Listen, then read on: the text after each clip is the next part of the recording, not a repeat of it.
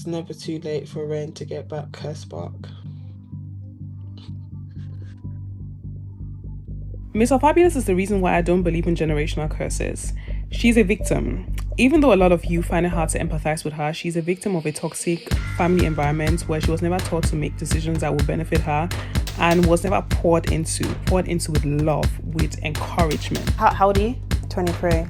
Like, I just think to myself, when you're a little bit older, are you gonna look back on all the stuff that you've done that's on social media, on your YouTube, you like being wild, and are you gonna regret it? Yeah, 100%. So then why do you continue to do it then? I always said to myself, I'll never be a baby mum. So why was he different? Well, they're connected. Thank you. Because I tried to trap for time now, man, it didn't work. Who's you trying to trap? You know, anybody I could get my hands on. Come talk to me about this and that. Do you know what I've been out here doing? I've been jogging. And that's what's got me feeling some type of way. Because I'm putting in the work. Because I got to see the end fucking result. You lot don't know how much I can't wait to start my life over again. You lot don't know how much I can't wait to start going out and experiencing my life again, bro. Having a child changed me. I lost my spark when I had my fucking kid. I lost me. I lost Renee in the midst of it all. I lost Renee. And I'm going to get her back.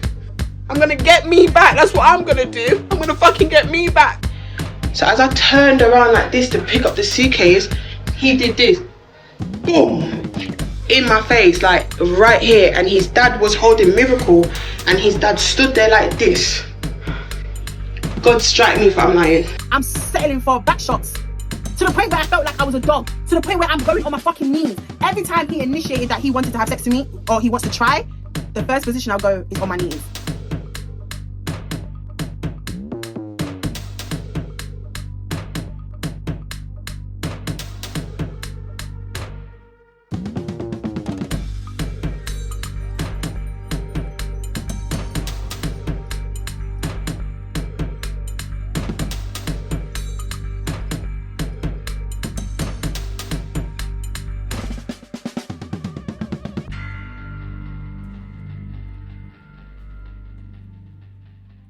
I am either really brave or totally crazy for deciding to make a video about Miss R Fabulous. When I told my girlfriend sister that I wanted to talk about Renee, she said to me, sis, she's going to come for you. And to be honest, that was a pretty normal reaction, because one thing about Miss R Fabulous is that she does not just sit quietly when people talk about her, she always responds. And she does it right away, loudly, and for everyone to see. Sometimes she uses screenshots, voice notes, and sometimes she even goes on Instagram Live and turns it into a big investigation. Watch BBL like Renee.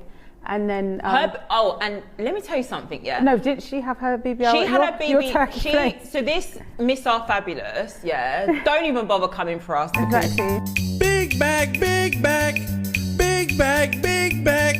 Yeah, my bag is loaded up with snacks and different. I want to make one thing clear before we start. This video is not meant to be mean to Miss R Fabulous. I'm not dogpiling on her. I don't do things like that, call people out by their name and all of that. Except you're James Charles, then I feel like it's valid. Because first of all, that is unethical, that is boring to me. But what I really want to know is how people make the choices they do and how they get from one point to another. I want to understand the patterns they follow and how someone can be loved by everyone 1 minute, then suddenly people are not sure about them the next. And that is what I find very interesting. When it comes to Renee, I think her story says a lot about being famous on the internet, especially for black influencers in the UK. And to be honest, if you had asked me what I thought about Miss R Fabulous a year ago, I would have said that she was problematic. That is all. I did not think about it much. I just thought that yes, this is a very problematic person. But the more I looked into her career, the more complicated it got, because Miss R Fabulous had everything she needed to become one of the biggest names in UK influencing space. She was charming, she had an audience, and she was very visible to everyone. She was even known outside of social media, which is not something that every influencer can say. Personally, I've even seen her before. I literally saw her like 2 months ago when I went to the hospital to pick up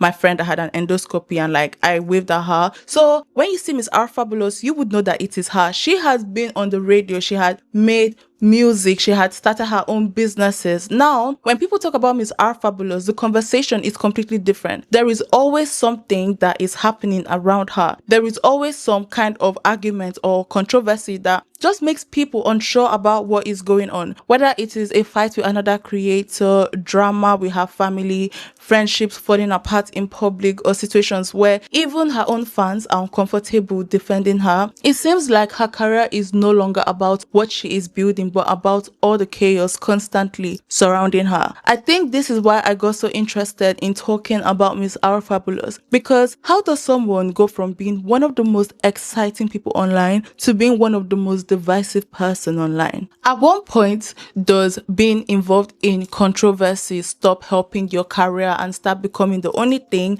that people know about you? When everyone around you keeps having public fights with you over and over again, eventually people start wondering if there is something more going on that we do not know about. That is what this video is really about. I want to talk about Miss R Fabulous and how she got to where she is today. I want to understand what happened and how she became so famous, then so controversial. I think this is an interesting story and I hope you find it interesting too. But that being said, let me introduce myself. Hi guys, welcome to my channel. My name is Jewel, and on this channel I speak about whatever I want to speak about. I do deep dives, commentary, makeup and unscripted commentary, literally reactions, whatever piques my interest. So if this is your first time seeing me, kindly like, share and subscribe if you do care. So this video, we have over 17,000 words to talk about. Yeah, this video has been like 3 months in the making, and honestly speaking, I'm just so glad that finally it has been done, because if you know Miss R Fabulous, she has like so much history. This is not a dogpiling video. If you're looking for that, this is not the channel for that. This is not a video to make her look bad or add more controversies to her. Like, I'm not that kind of person. I'm such a very, you know, easygoing, laid back person. I'm just a very logical person. I'm not here to dogpile on anybody. So if that's what you're looking for, sorry, this is not the channel for that. I'm just here to speak about things I've known and also like just analyze this whole situation and be very logical, because I'm someone who is very, very illogical. I'm not here to give tea. That is not what we do here. And I'm saying that because 80% of my audience are from the UK and over 60% is from America. So most of my audience are from America. So I don't know if like my American audience are going to know Miss R Fabulous. Maybe, maybe not, because at the time she was in America, which I'm going to speak about here. But most of my audience are from America, and my second largest audience are from the UK, which is just 8%. And when I go out and people recognize me in public, they're very shocked that I stay in the UK. That being said, we just have a lot to talk about, so let's get into part 1. So today is Thursday, 28th of May 2026, and I finished editing this video, but guess what? My hard drive corrupted, literally. So I have dropped it at a hardware store to try and see if they can retrieve the content, but I had to quickly get another hard drive. This is a new hard drive I got from CX, and I'm about to re-edit. So if you see this video, that means I have re-edited close to like 5 hours worth of work. And I don't know if I'm being delusional, but this video is going to come out on Saturday. Today is Thursday. I don't know where to start from. Like, this is what I have used this whole week to do from Monday. I recorded this video on Monday. Just editing that, just me alone. I don't even know where to start from. And yeah, but please share this video. It's really not easy. I do all this by myself, I do all of this by myself. I have no help. I edit, write everything by myself. So please kindly like share this video. Like, that's literally all I can say. Like, please like this video. Please share this video, because this is a lot. This is a lot. Like, yeah, but thank you. Yeah. So part 1, origin, rise and content model of Miss R Fabulous. Renee, so if I say Renee or Miss R Fabulous, I'm literally speaking about the same person, because her real name is Renee, but she goes by Miss R Fabulous. Renee started putting videos on YouTube in 2017, and if you think about what people were really into online back then, her quick rise just makes total sense. Everyone wanted to see people who felt genuine, not people who were like super polished or media trained or fake. They wanted realness. Sharing everything online was a big deal, and Renee got that better than most. Her channel took off because she was not afraid to discuss stuff that many other creators stayed away from. Things like relationship, money issues, family problems, sex, fights, and just really very messy situations. She talked about it all. Nothing she ever said seemed censored. Watching her videos felt like someone was right there with you, just spilling and telling you the wildest story. Babes, you can have him because I know what he's got down there and it's not really packing. So babes, I ain't missing out on no meals. I ain't losing sleep over that. I'm not losing sleep over that. trust and believe me, I'm not losing sleep over that. And I know to the girls that lay down next to him, you'll feel the same way I've been feeling. And to the next girlfriend that he has, oh, please, I pray your sex drive's not high. And no matter if you liked her or not, she definitely knew how to keep people hooked. That much is hard to argue with. A big reason people really connected with her was also how she talked. Her Jamaican British slang, her way of speaking, her tone and her confidence felt really familiar to many Black British viewers. They had not really seen themselves properly online back then, especially on UK YouTube. During that time, for Black UK content creators, being relatable was way more important than how good something looked. I don't really do story times like this. Like, I usually sit down and have my shit together, but I'm quickly, you know, heading out to run a quick errands. I didn't know me putting out story time one was gonna cause a lot of fucking problems. So the word got out that Ren did a story time. Word got out and she texted one of the guys and said, Renee said that we had sex. FYI, I didn't say she had sex with anybody on the holiday. I said what I said, and the fact of the matter is I said she never slept with. And again, I also said that she was in their bed. I never said that I was there and sexual intercourse happened. Those words did not leave my mouth. I didn't say she did boom bam boom with any of them. I said what I said and I said what I saw. And people just wanted personality first and good production just came second. Renee had personality in spades. Especially when it comes to a place like the UK. The UK is so prim and proper. Everybody just wants to act prim and proper. So since someone like Renee, Miss Our Fabulous, just coming to be her very self for something that UK scene had not seen for a very long time, and it made people appreciate her so much. By 2019, she was already getting into bigger media spaces. She appeared on the Zeze show, which at that point was kind of a signal that you were becoming well known in Black British internet circles. Around the same time, another big part of her success was quietly unfolding through her friendship and her work with Guddeh Phillips, which we're going to speak and expand more on in this video. I actually think that this part is important because people often act like influencers become successful completely on their own, but that is almost never the case. A lot of those early UK creators built their platform together. Daniel helped Renee with her graphics and editing, and in return, Renee helped promote his growing platform. But we'll speak more into that later on. Technically, there was a clause, but we're going to speak more into that. Basically, bottom line is that they helped each other get seen more. Daniel even said that one of their try-on haul video from 2018 got around 30,000 views in just a few days. We did one video together and it was a try-on haul. Viral. And it was literally within 2-3 days, 30k views in 2018. Yeah, that's and I've got less than 1,000 subscribers. Oh, really? Yeah, she was guys that, are thinking she was that shit. girl. Sorry, she was that Yeah. girl. So it went viral. And that might not sound huge now, but back then for UK YouTube, especially Black UK YouTube, that was genuinely very impressive. Then there is her music career, which honestly just tells you a lot about Renee's personality. Technically, she was never known as a musician first. And again, that is not how she built her platform. But if you go on YouTube and you type Miss Our Fabulous, it shows British singer. Somehow, she still managed to create one of the most talked about internet diss tracks in UK influencer culture. Her first song, Woyo, came out in 2020, but the one that people really remember is Homerton Tot. What makes that whole situation so interesting is that it was never meant to be a serious music release. It was just pure internet drama that turned into a song. And the track was aimed at Ivorian Doll, and Renee somehow managed to turn an online argument into a viral hit that got over 1 million views that even Nicki Minaj even got to know about. People were genuinely surprised that someone not even considered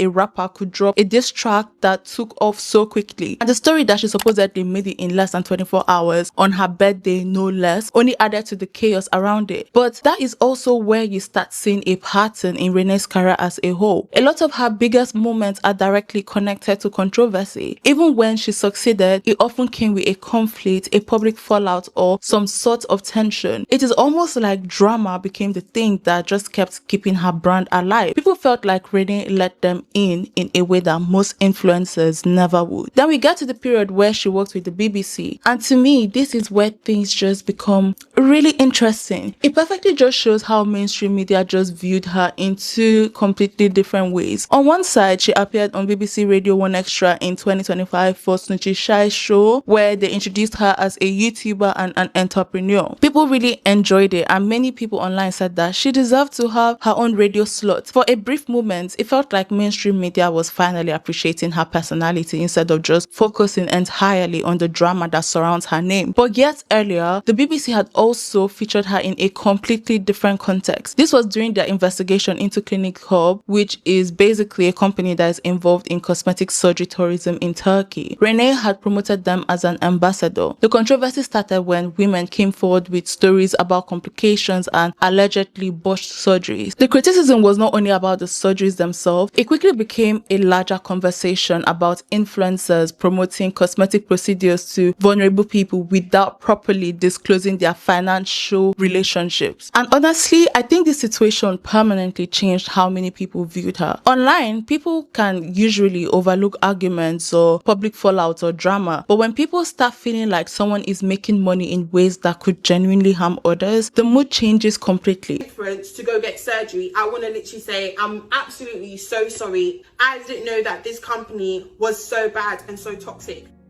I'm going to expand on this surgery case like later on in this video. Suddenly, when it comes to something like this, it is no longer entertainment or internet drama. It starts feeling morally uncomfortable for people. Renee did publicly apologize and said that she had stopped working with the company after her own surgery experience went badly. But honestly, I do not think that her reputation ever fully recovered after that. You can almost pinpoint a shift in public opinion around that period. At the same time though, one thing I would say about Renee is that she really understands how to make money from attention. Whether people like her or not, she knows how to keep an audience engaged. She never relied on only one income stream. Between her YouTube earnings, TikTok live gifts, businesses, wigs, hair products, beauty brands, the time she even had her own salon and memberships, she has consistently tried to turn visibility into business opportunities. And she's been very consistent. She still even drops vlogs on her YouTube channel. And now I don't even really watch vlogs like that, but she gets like 30k views, 45k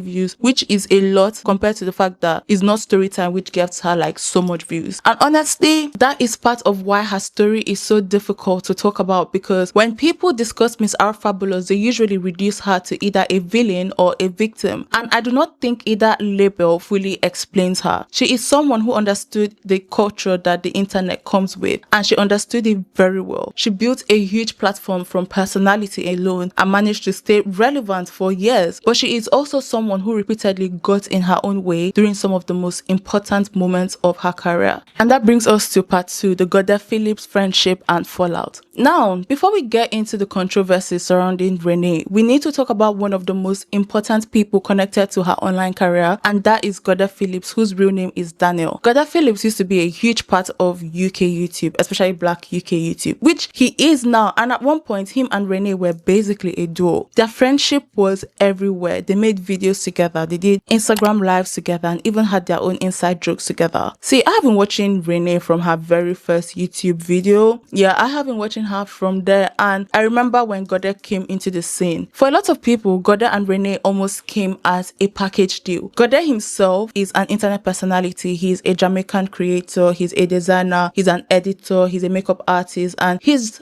a social media personality. One thing about him is that he has always had a very loud, expressive online presence, but in a good way. See, we love Guddeh over here, okay? He is flamboyant, he's dramatic, he is animated, and that's just what makes him who he is. He's very unique, very creative. Let's see if you know how to beat your face. I know how to beat my face. You're sure? Certain. What's the first step?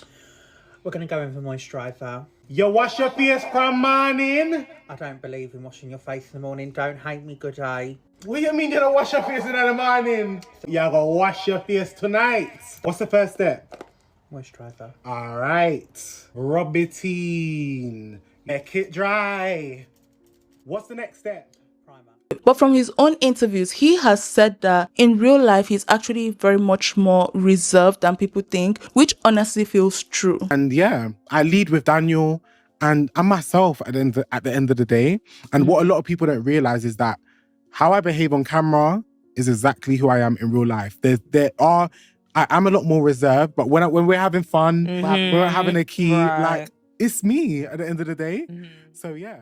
And when it comes to Guddeh Phillips, we are kind of acquaintances. We're not friends per se, but like we are kind of acquaintances. And even outside that, a lot of internet personalities are like this. The camera version of them slowly becomes bigger than the actual person over time. Even me too, like I said. And the name Guddeh Phillips actually has a story behind it. Renee basically gave him Guddeh, the nickname Guddeh, because during filming, she kept saying go there, go there, go there while recording content. Eventually, it just stuck. Then he just added Phillips later when he started getting more attention online because he did not want family members finding him. Guddeh means God there, like go there, God there. I know that Guddeh. Yeah, like Guddeh girl. I literally thought it was your name as well. Oh, stop! Guddeh is 2 words. God there. Bumberclaw.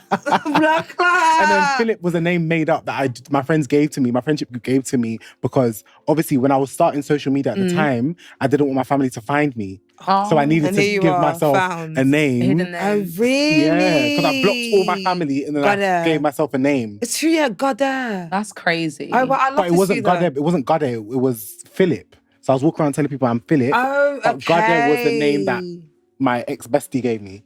Oh, okay. So we would be filming and she'll be like, Guddeh, Guddeh, Guddeh. And then it just stuck. And that was I like it. Well, I like Guddeh and I love Daniel. Yeah. Literally. Oh, wow. But obviously in professional spaces, I now refer to Daniel because people keep pronouncing it wrong and it's so annoying. And honestly, this just says so much about how different social media culture was back then. People were literally trying to hide their lives from relatives while becoming internet famous. Even with julzonuk, my name existed partly because my old YouTube channel used my real name and people kept reporting my videos to my dad. And anything I spoke about, my dad would be like, I saw this video, you spoke about it, you should not be speaking about it. And eventually I just got tired and I created this channel that I created, and it was mainly for vlogs and just speaking, and then it turned into commentary. So Amina is the name I gave myself. It's not a name my dad gave me, but Jewel is my name. It just shows how people back then were just hiding their social media life away from their family. Guddeh and Renee, they met around 2018 and their friendship just started through work. Renee needed graphics, YouTube banners, intros and editing, and Guddeh was doing design work at the same time. So he took the opportunity partly because he needed the money and partly because Renee already had an influence or an audience. Renee and Guddeh, they were helping build each other up. He helped shape parts of her visual presentation and she helped expose him to a wider audience. Eventually, they started appearing in videos together and their chemistry online just worked immediately. One of their try-on hauls, like I said earlier, it pulled around 30,000 views in just a few days, which was genuinely a very strong engagement for UK YouTube at that time. But what made people so invested in their friendship was not just that they collaborated well, it was how emotionally attached they seemed to each other. The dynamic felt intense, not even necessarily in a romantic way, just emotionally dependent on each other. And people could see that. I was one of those people. I never missed a Renee's video. I am telling you that for free. There is an Instagram live clip from around 2019 where Guddeh got visibly jealous over Renee becoming friends with another creator online. People laughed at it at that time, but looking back now, I think moments like that just hinted at how emotionally consuming their friendship had become. Social media friendship struggles with this a lot. When your friendship is also your content, your business relationship, your emotional support system, and a part of your identity all at once, the boundaries just start disappearing. Everything becomes blurred. You are no longer just friends privately because now the audience is emotionally invested too. So when the friendship eventually ended around 2020, people were genuinely shocked. Renee announced it publicly in a YouTube video called Why We Are No Longer Best Friends. She was careful with her wording and made it clear that there was more to the situation that people knew, but she never fully exposed him or explained every detail publicly. Yeah, it's about my friendship with,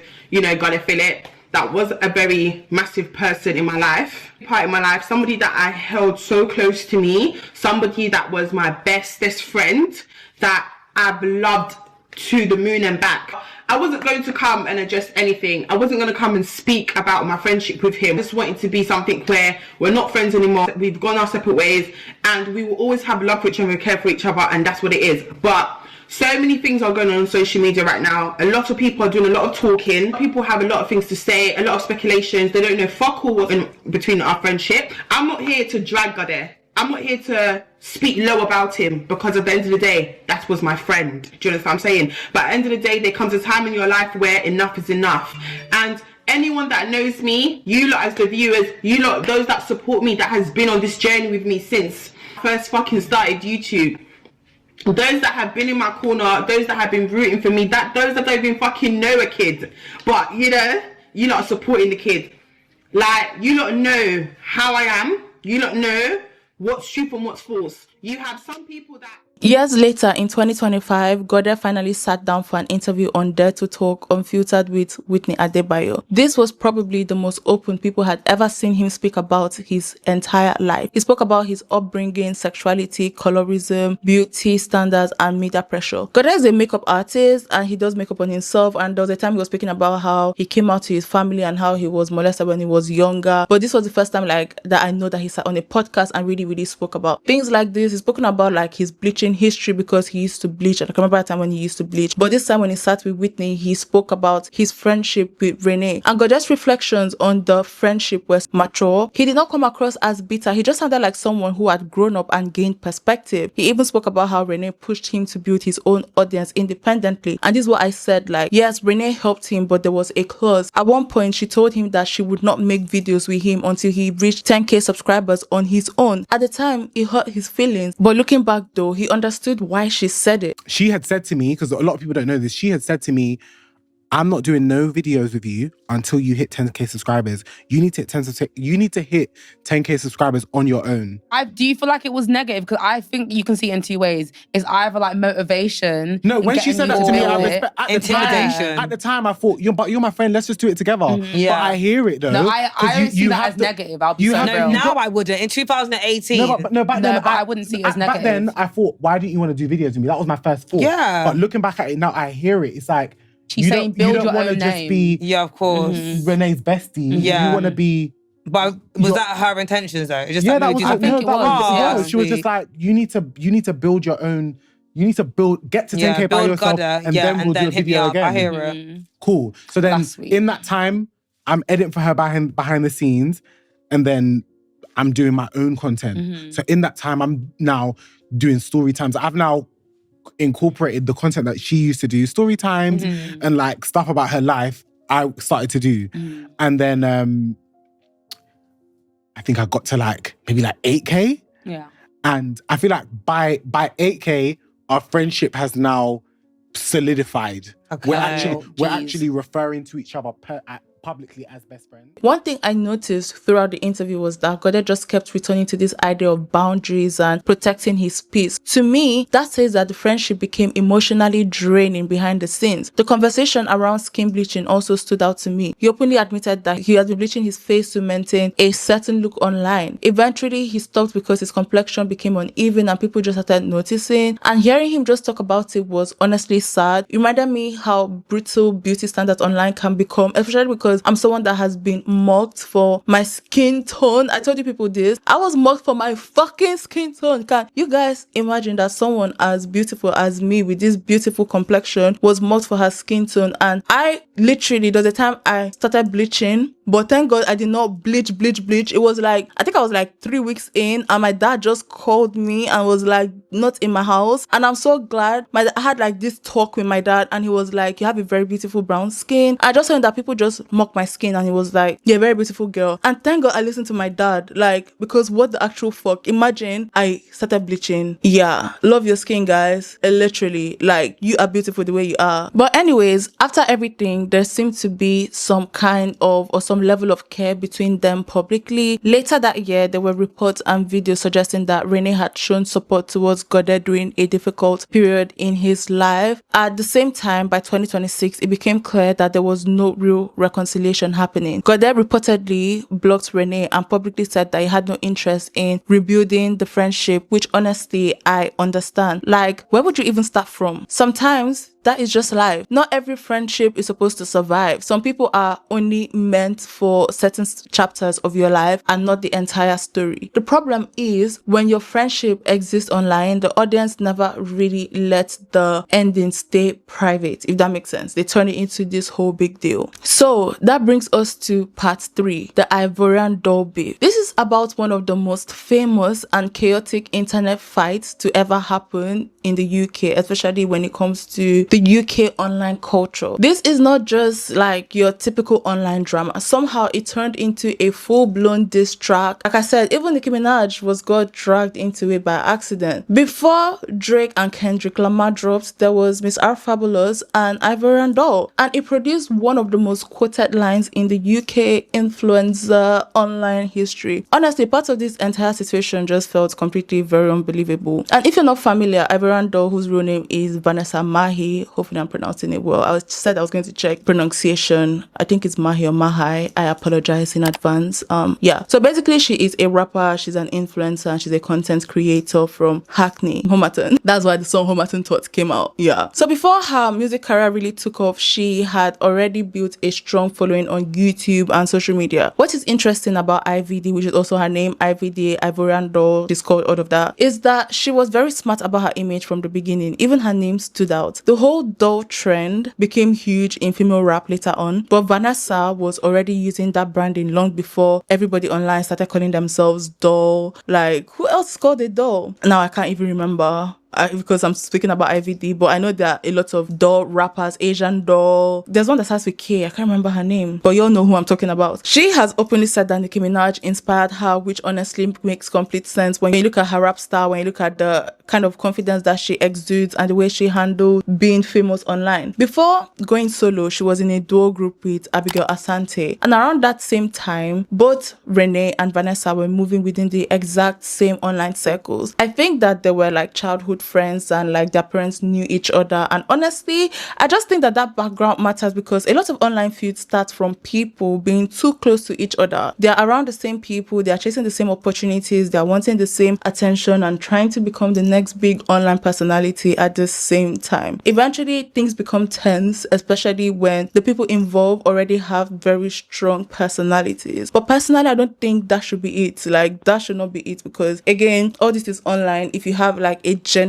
friendship, I don't think something like an online relationship or online presence should destroy or spoil your friendship. I don't think because you're trying to work towards the same thing with your influencer friends, especially someone that you're very close with, I don't think it's a thing that should be a reason to end or to spoil your friendship. That means it was never strong in the first place. But anyways, their falling out reportedly started around like 2018. From the outside, it looked like their friendship slowly became a competition. There were like small jabs, there were like tensions, there were people like choosing sides, and there were rumors that started spreading behind the scenes. Basically, it was just typical internet drama. By that point, both women were becoming very popular online and their people were heavily invested in their personalities. What is interesting is that one of IVD's earlier songs, The Situation, was supposedly inspired by her issues with Renee. So even from the beginning, music and conflict were already becoming intertwined in their relationship. Looking back now, it is obvious that the tension between them had been building for a long time before everything just exploded publicly. There are old Instagram live clips from years ago where you can clearly see or feel the awkwardness between them. Even guddeh Phillip mentioned during one live session that Renee and Vanessa had fallen out. So by 2019, people online already knew that the friendship was done. But things escalated massively in 2020. That was when IVD released her famous Daily Dopey freestyle on GRM Daily, where she directly took shots at Renee and her influencer career. Cause if Insta died, then so would your career be the first to be unemployed. Bitches. How many speeches you gon' do? You should have stopped at number 2. Screaming my name when I don't know you. This bitch is a dog, I'm Alicia too. So this was no longer just like Instagram shade anymore. It was something that became very official. But honestly, I do not think anyone expected Renee's response, because less than 24 hours later, and on her birthday no less, Renee released Homerton Thoughts and the internet completely lost its mind. I'm not gonna lie, I still go back to watch it. Like, I still go back to watch it. Homerton Thoughts. Yeah, I don't know how to rap. I heard a rumor IVD's a fuck. You fucked up the whole block. Heard that head to the Homerton bot. Unknown chop, V9 chop, Jimmy chop, KO chop. My heat ring doing a lot. said, man, he really doing a lot. But the thing is, you have to understand that Renee was not known as a rapper at all. Most people probably expected an Instagram rant or a live session or maybe a few tweets here and there. Nobody expected her to suddenly enter drill diss track territory. It's just like when Megan Thee Stallion created a diss track for her former best friend. I've forgotten what she's called. And she responded with hers, but allegedly was her husband or her man that wrote it, allegedly. But anyways, somehow Renee managed to release one of the most aggressive influencer diss tracks that the UK had seen at that point, and her delivery was angry, personal, messy, sassy, and honestly funny at times because of how committed she sounded. She directly called out Vanessa, threw in personal insults, referenced specific locations, mentioned body counts, and then ended the track with the now iconic line, "I know where your mom lives. Hello, auntie." Okay, I don't know how to rap and I'm a bit shy, just like, you know, rapping that. It's a big lie, but like, yo, I'll just a bit shy. But anyways. Vanessa, you're forgetting I know where your mom lives. Hello, auntie. That line, it was literally like everywhere. There were memes, there were reactions, there were like TikTok sounds. You know, I know where your mom lives. Hello, auntie. So like there were people speaking about the whole situations. Literally everybody was just quoting it. The internet treated it like this huge cultural moment. And I said that before Kendrick Lamar and Drake came in, there was Miss R Fabulous and IVD. Even people who did not care about the actual feud still knew that line. Like I think Homerton Thought worked so well. When I say thought, I mean like THOT, like prostitute, if that makes sense. I think Homerton Thought worked so well online because it felt genuinely raw and gangsterish emotionally gangsterish. The song eventually passed 1 million views, which is honestly wild considering that Renee isn't even a full-time musician. Like YouTube already recognizes her as a singer. Like I said, if you put her name on the YouTube space bar, search bar, you would literally see British singer or songwriter or something like that. Meanwhile, IVD never really released a direct musical response after this. At the time, many people online just believed that she probably felt that Renee was doing too much or becoming too emotionally invested. But somehow the situation became even stranger when Nicki Minaj accidentally entered the conversation. And no, that is genuinely not an exaggeration. At one point, Ivorian Doll joined Nicki Minaj live stream, which was already a huge moment considering Nicki Minaj had inspired her for years. But during the interaction, Nicki quoted a line from Renee's diss track without realizing how loaded it was in that context. So basically, it was a line where Renee said, "You think you're Nicki Minaj, yeah?" And literally, Nicki Minaj also quoted it. People started reposting the clip everywhere because from the outside, it looked like Nicki Minaj had unknowingly referenced Miss R Fabulous while speaking to the exact person the diss track was literally targeting. I am Ariana. You thought you was fucking Nicki Minaj, eh? And because the internet culture just thrives on chaos, people immediately started acting like Nicki had picked a side in this UK influencer war. Realistically, I don't even think Nicki fully understood what was going on. I used to like Nicki, but not anymore because she's a MAGA supporter and I don't play with that shit, just like somebody supporting reform. Like, miss me with that. So she probably just heard the line online because Homerton Thought had become unavoidable. Then she just casually repeated it. But once the internet grabs onto something like that, the narrative just starts creating itself. Personal issues no longer stayed on Instagram Live. Everyone or everything became content. What is interesting now is that the feud no longer feels as intense as it once did. Over time, there have been hints that women are tired of the situation and would rather move on, especially Renee. But publicly, there has never really been a major reconciliation or sit-down moments between them. Yeah, let me be honest. You see, when she did her daily duppy, you see, after the whole shortish thing, it kind of hurt me because she's a lovely girl. She's not hot. Vanessa is, you have to be her friend to understand how she really is. You understand? And she's very, like, I wouldn't say dopey, but she has that personality where it's like, she's very caring. So when we was friends, she was very caring. She was a, I can't say nothing negative about the girl. She was a great friend, but I feel like we let our pride get in the way and our ego. Do you understand? And the social media fame and the numbers was going crazy. So, you know, people just losing it. But you see, when that happened, I felt bad after. But you see, when she did her diss track, it hurt me. Yeah, but you know what it is? You got to look at like this, innit? Because like you said, it's marketing though. You loved her, boy, so it hurt. Don't cut. I'm not cutting you. Friends are friends. I feel that. I had people. You see, after the whole shortage thing, I had people in my DMs writing bars for me to go in studio to diss the gal.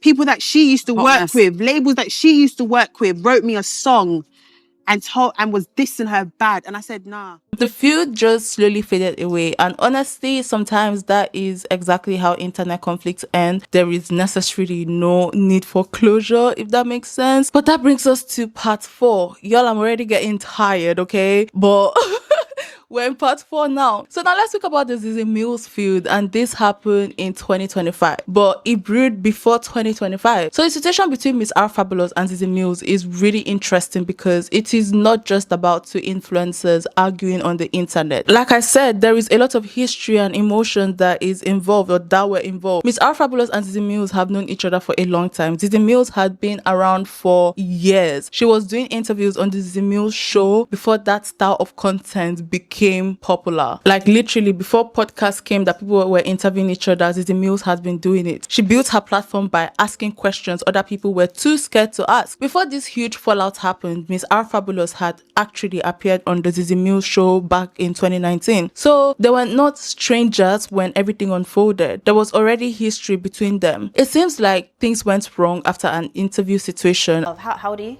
23. Like, I just think to myself, when you're a little bit older, are you going to look back on all the stuff that you've done that's on social media, on your YouTube, you like being wild, and are you going to regret it? Yeah, 100%. So then why do you continue to do it then? Thing is, when you say continue, yeah, I feel like people out here, yeah, obviously I've got to own my responsibility and say, you know what, you keep allowing these people to get to you. Like, I have to seek help for that. I have to get help for anger management because I'm a very humble person, very friendly. I love very hard. I've got a heart of a gold. I'm willing to help anyone. But I feel like the problem what I'm facing is letting people in. Every time I let somebody in, they stab me in my back. And that hurts me. Do you know what I mean? Like, if I'm going to be there for you as a friend, every time somebody hurts me, it makes me be defensive. I don't want to be like that because that's not me. But I feel like the pain that I've been through and the things that I've been through in my life, it makes me be very hard, like, can't accept people. But you don't show them. People first really heard about it when Miss R Fabulous appeared on Cocktails and Takeaway with Madam Joyce. And during the conversation, Miss R Fabulous explained that she and Zeze Mills no longer spoke because of something that happened during an interview. So basically, according to Miss R Fabulous, she had asked Zeze Mills not to bring up a painful topic, but Zeze did it anyway. You are someone that has a lot of internet beef with people. Yeah, but like I don't even like Zeze Mills. Why don't you like Zeze? But I'm gonna make up with her one day, honestly. Why don't you like Zeze? I thought she robbed me when I was young. Wait, so she robbed you? She robbed me on her shit and her little fucking, what's it called? So how did she rob you? All right, so you know what she did? That's when I realized that TV world is crazy, you know. The gal, I said people, before the cameras gone, you know, the gal was so nice to me, you know. The gal was so fucking nice. When I tell you nice, I said, don't ask me that question. Don't ask me about this person. I don't want to say this person's name. When the camera came on, everything I said, don't ask me, she asked me. I thought, you're mad. So this was on her show, the Zeze Mills show? This was on her thing, innit? My first ever interview I did on her was on her thing. Okay. Years ago.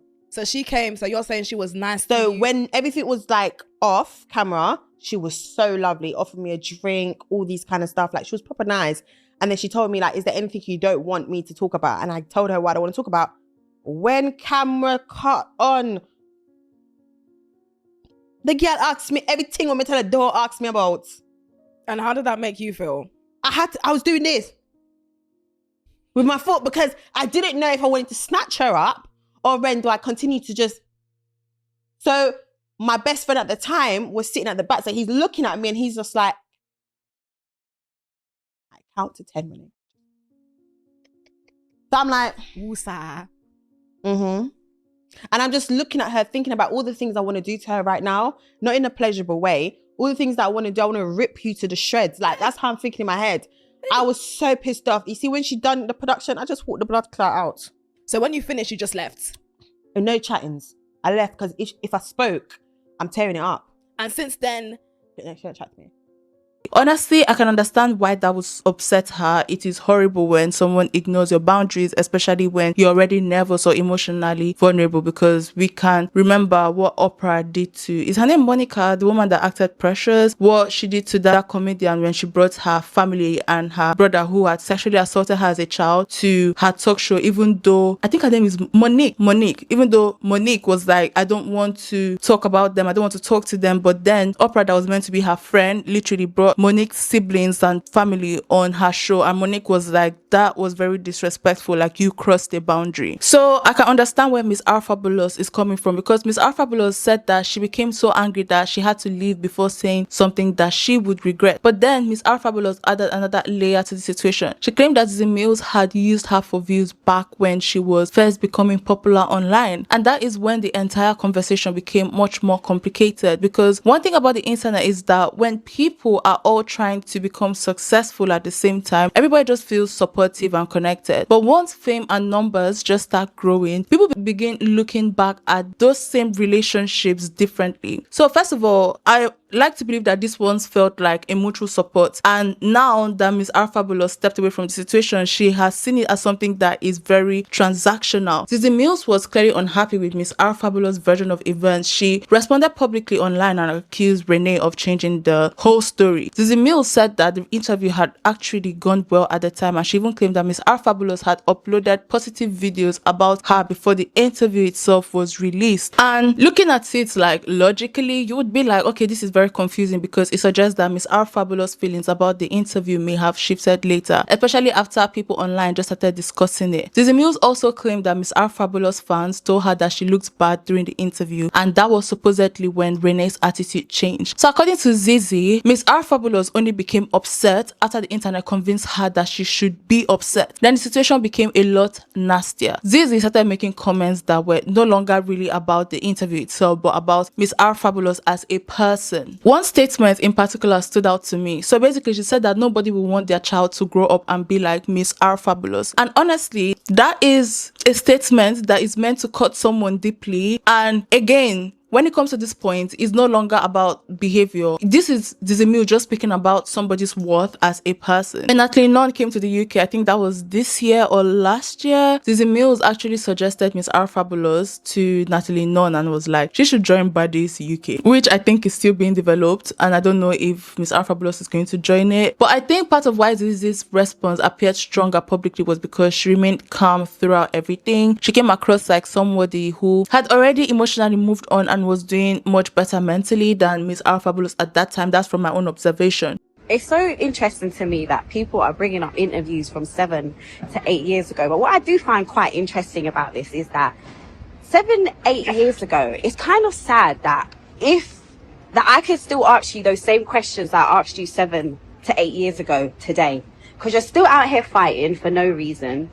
The other day you was begging Natalie Nunn to bring you on her show. And this is the problem. You lot think we're the same. You think we're sides. I've just come off national radio, right? National radio. Because you see, in the 7 years, the 8 years that when I had that first interview with you, I've progressed. I'm doing something different. But you're still out here fighting. You're still out here, you know, and you think people rate it. But no one, everyone's laughing at you. Absolutely nobody would want their child to be like R Fabulous. Nobody, not one person. Because who's going to want their child out here fighting on the streets? A mother at that. Listen, everyone, today's not the day. Meanwhile, Miss R Fabulous responded on Instagram Live and was extremely emotional. She cursed Zeze Mills, she called her miserable and accused her of being against women. Happy Mother's Day to everybody around the world, especially in Canada. Zeze Mills, I want you to bring your ass right here at the front of the mountaintop. That's where I want you to bring your ass. Just me and you at the mountaintop, taking a little stroll through the fucking woods, right? And looking over Hollywood, right? You know that little mountaintop that if you drop off, you're dead? Right. I want to know why I got you so hurt. For somebody that considers themselves as being high profile, being a celebrity, why are you so fucking triggered, bitch? I said something several days ago in a podcast with Madam Joyce. I was asked a question. I answered it truthfully. I said what I said. In no way did I disrespect you while I was sitting down having a conversation with Joyce. And you're so triggered like this. It's not like I'm telling a lie. After all, you're known for doing petty things like that. Remember, you don't like girls. You don't even represent for females. You are the black version of Piers Morgan. You know that miserable white man? Yeah, you're as miserable as him. You ain't a girl's girl, Zeze. You don't even know what that fucking means, bitch. Remember when everybody used to say, oh, you always insert yourself into stuff? Remember everybody used to hate you? Remember you was that girl that wanted to be, you know, a journalist. You wanted to be out there in the content creating world. And you know what? I don't even knock you. You're doing a phenomenal fucking job. You're damn right. You have leveled up. You damn right. You have been on certain podcasts. You have been on certain seats with like A-list people and celebrities. Remember also, sweetheart, you also have a fucking past. And I guarantee you, it's not even your past, you're still like that. But guess what? You're just covered up in fucking onions. But when anybody stripped those layers off, Zeze, you're just like me. You mentioned in your video that you just did, Shadebra has posted you, and you said nobody would want their child to be like Miss R Fabulous. And I'm here to tell you, darling, nobody would want their child to be like you, Zeze Mills. You can say anything you want to say about me, Zeze Mills. But every single time I go outside, I get kids running up to me. I get people's nieces, nephews, aunties, granddads. You understand? Fuck buddies. Call it. I get all type of people's coming up to me because they love me. They don't love you, babe, because you've sold your blood clot soul to fit in. And I would never sell my blood clot soul. I'ma be real to the day I fucking die.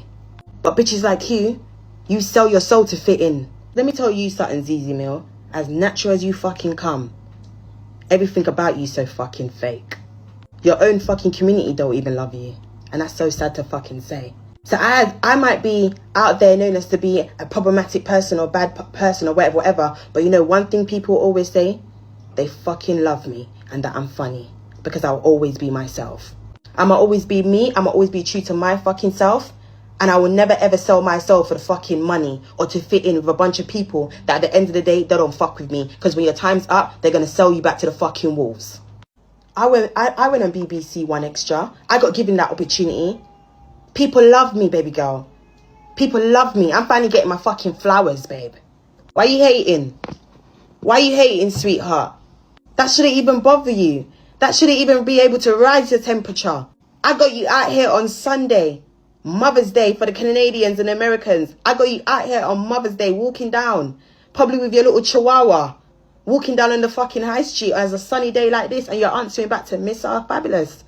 Come on, sweetheart. For someone that you claim to be so up there, why does a girl like me from the east side get you so raggled up? You went on Big Brother and you didn't even wow the audience. The audience didn't even like you, darling. You had to pick a fight with Lewis Walsh. Yeah, you had to pick a fight with an elderly man to stay relevant, sweetheart. Because guess what, Zeze? Your time is coming. You're boring. You don't have personality, sweetheart. If you're not being disrespectful or bringing down a black person or being Miss Grunchball, no one really gives a fuck. And let me tell you what the mothers would want their child to be able to do. Stand up for themselves. Be true to themselves. Live their truth. Love themselves. Okay? And love themselves being their authentic, real self. That's what mothers would want their child to be.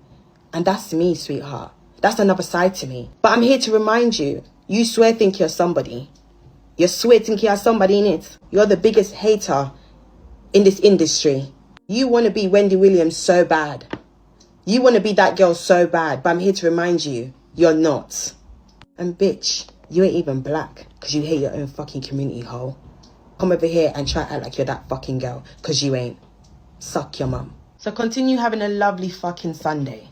Go lay down in your bed with your fucking chihuahua, your little twin.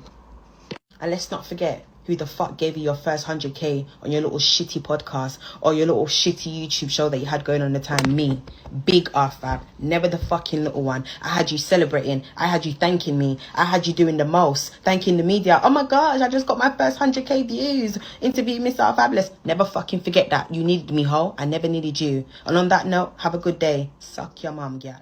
What I noticed most was that Miss R Fabulous kept returning to the idea that she had helped Zeze Mills in the past. She repeatedly mentioned the views and attention that she brought to Zeze Mills' interview and platforms. And honestly, I just think that both women genuinely believe their own version of story. But I'm not going to erase the fact that Miss R Fabulous appearing on Zeze Mills' platform did not boost Zeze Mills' views, because people love to see anything that Miss R Fabulous is on, and she's like a view magnet, if I'm being very honest. So like, again, I understand that Zeze Mills was big at that time, same as Miss R Fabulous. But if Zeze Muse and Miss R Fabulous, because Zeze Muse is known to ask provocative questions and Miss R Fabulous is known to be someone that is very open and very clear about who they are as a person. So seeing those two personalities, two people who are strong-headed in quotes, who go after what they want, who do not take nonsense from anybody, seeing those two people in the same space, people would want to watch that interview. So I believe that, yes, Zeze Muse was big at that time, but Miss R Fabulous being on that also created so many views because of her presence. So the two women, I genuinely think that they believe their own story and their own version of story, which is nice. And again, I think from Zeze Muse's perspective, she probably feels like she gave Miss R Fabulous opportunities and helped elevate her platform. And from Miss R Fabulous' perspective, she likely feels that her personality and audience also helped make Zeze's content more successful. And honestly, I just think the two of them are right. And I also think that Miss R Fabulous often feels like people use her as entertainment rather than genuinely respecting her. And I also believe that because like people want her around for content, they want her for views, for drama and reactions, but not necessarily for real friendship or care. You've noticed that people who call her out, you've never like watched any of their videos, but when once they talk about Miss R Fabulous, the views just skyrocketed. And Miss R Fabulous knows that she has that power, if that makes sense. And honestly, I think that feeling is just what causes a lot of her emotional reactions. She becomes defensive very quickly, and in those moments, she sometimes says things that damages her own image more than they help it. In the end, it feels like most people online believe Zeze Muse handled the situation publicly better, or handled the situation better publicly. So that brings us to part 5.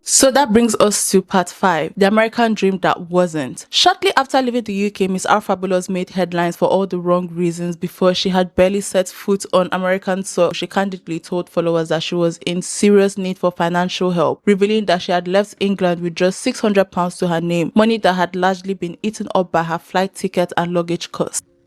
I've never in my life asked for help. I've never in my life done something like this before. And my friends was just like, Ren, you gotta break your pride.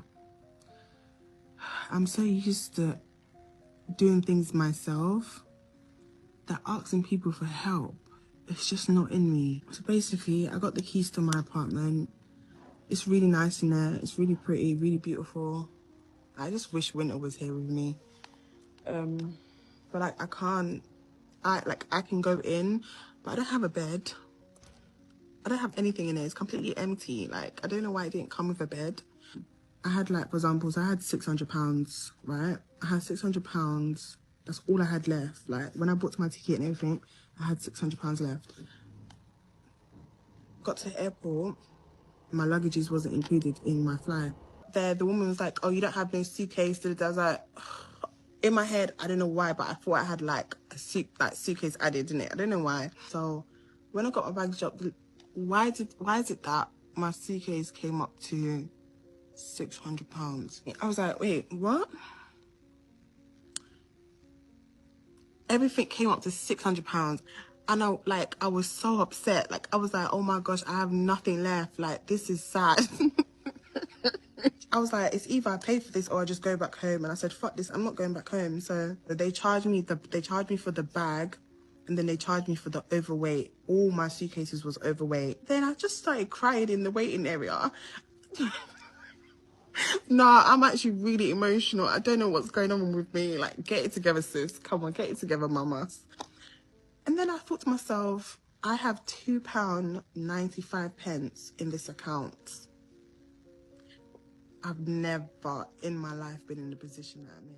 The confession, delivered in a characteristically unfiltered style, was met with a wave of backlash from people who felt like she had been reckless to uproot her entire life and move to a new country on such a thin financial cushion, with many people just questioning why she expected people who watch her to fund what they saw as a poorly planned adventure. Despite the rocky start, Renee pressed ahead and settled in Houston, Texas, and she moved in with a woman named Tia, who is an American-based friend who had reached out to help Miss R Fabulous when she was in a vulnerable state back in the UK. Tia went out of her way to set Renee up. She signed a lease on an apartment for her, something Renee, without a US ID, a green card, or a work permit, was unable to do herself. For a time, the arrangement seemed to work, but tension simmered beneath the surface because Renee later admitted that she had traveled to the US on a 90-day tourist visa with no legal right to live or work there, acknowledging with hindsight that she had not been thinking straight when she made the whole decision. I paid my rent, the first month rent and deposit.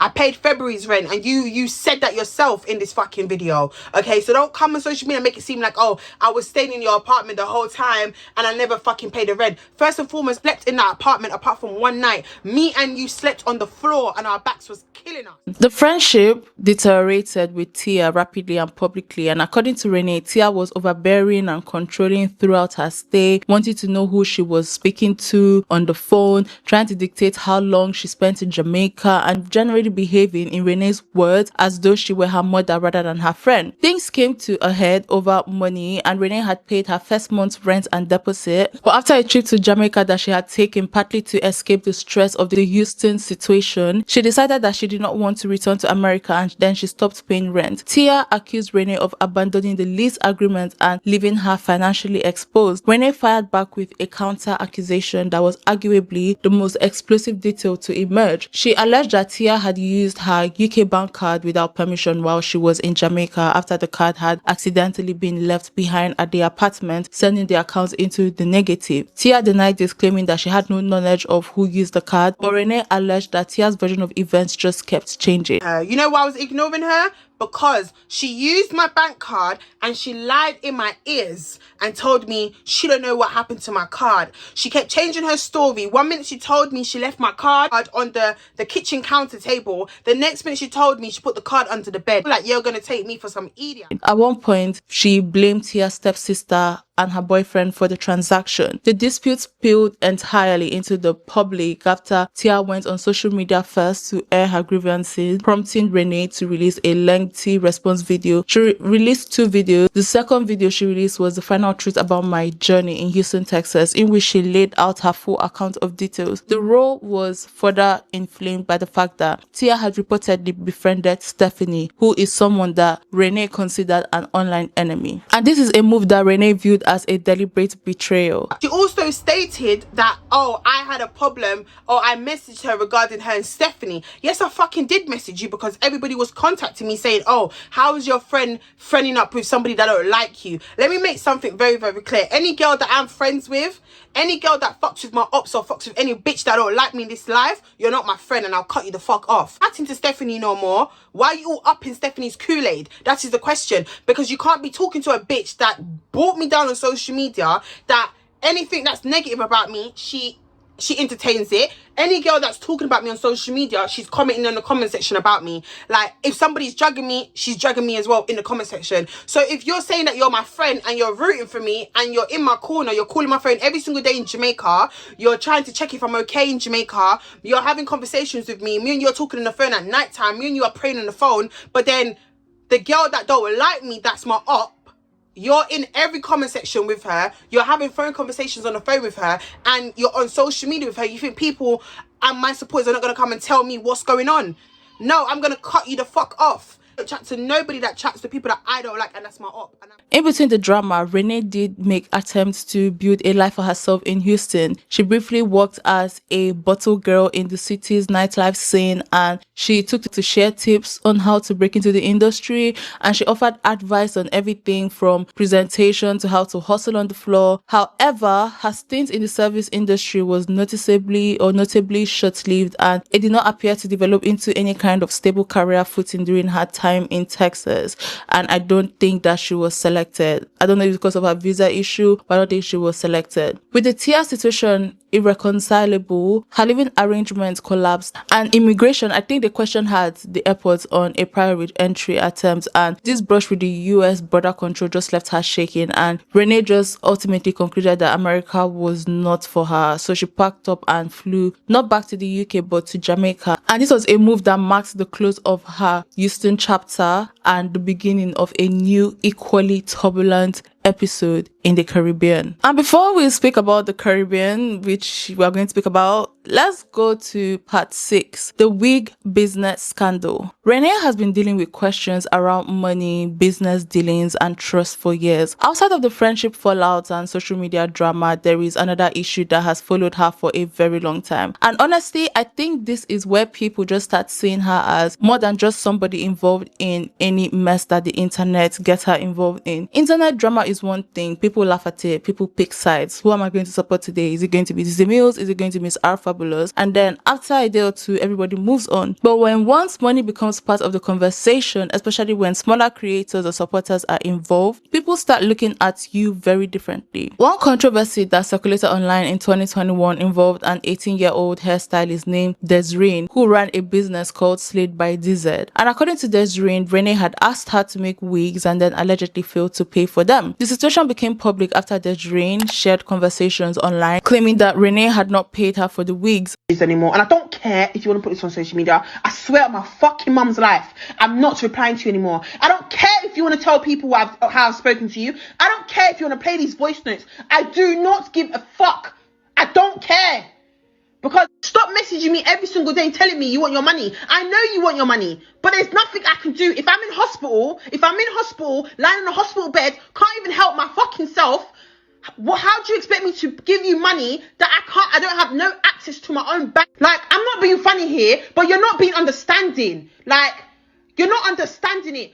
And honestly, I think what made that story resonate was not just the accusation itself, but the power imbalance people felt existed within it. You had a young hairstylist trying to build a business and then a much bigger influencer being accused of not paying properly. Naturally, people were going to sympathize with the smaller creator. The timing also made things worse because around that same period, Renee was heavily promoting her own beauty business, Miss R Fabulous Boutique. So from the public perspective, there was a contradiction. On one side, she was presenting herself as a businesswoman building a brand. On the other hand, she was being accused of handling business unprofessionally. Now, to be fair, internet accusations are not always the full story. But honestly, by that point, the damage was already done. Once people start attaching words like scammer to your name online, it spreads incredibly fast and it becomes very difficult to shake off. Unfortunately for Renee, that was not the only time financial issues became attached to her public image. By 2023, there were more conversations happening online. Renee initially claimed that a boyfriend had stolen around £5,000 and a laptop from her. We'll expand on this later on in this video, but later she reportedly clarified that she had actually given him the money willingly and only considered it theft because he never returned it. And honestly, I think what made people suspicious was not necessarily the situation itself, but the fact that the details appeared to keep changing. People become uncomfortable when stories feel inconsistent because inconsistency makes them question everything else surrounding the situation too. And this became one of Renee's biggest recurring problems online. People struggle to separate genuine truth from chaos, even during moments where she may have been telling the truth. The public oversharing, emotional delivery, contradictions, and constant online exposure just made it difficult for people to truly trust what they were hearing. There were also clips and accusations circulating across TikTok involving financial disputes and people claiming that they had experienced strange money-related situations with Renee. And obviously, not every accusation on the internet is automatically true, but perception online matters almost as much as reality does. And honestly, I think this connects directly back to the core theme of Renee's career. When your entire platform is built around openness and transparency, people stop separating your personal behavior from your professional reputation. Your arguments start affecting your business, your friendships start affecting your credibility, and your reactions start affecting whether people can trust you financially. And once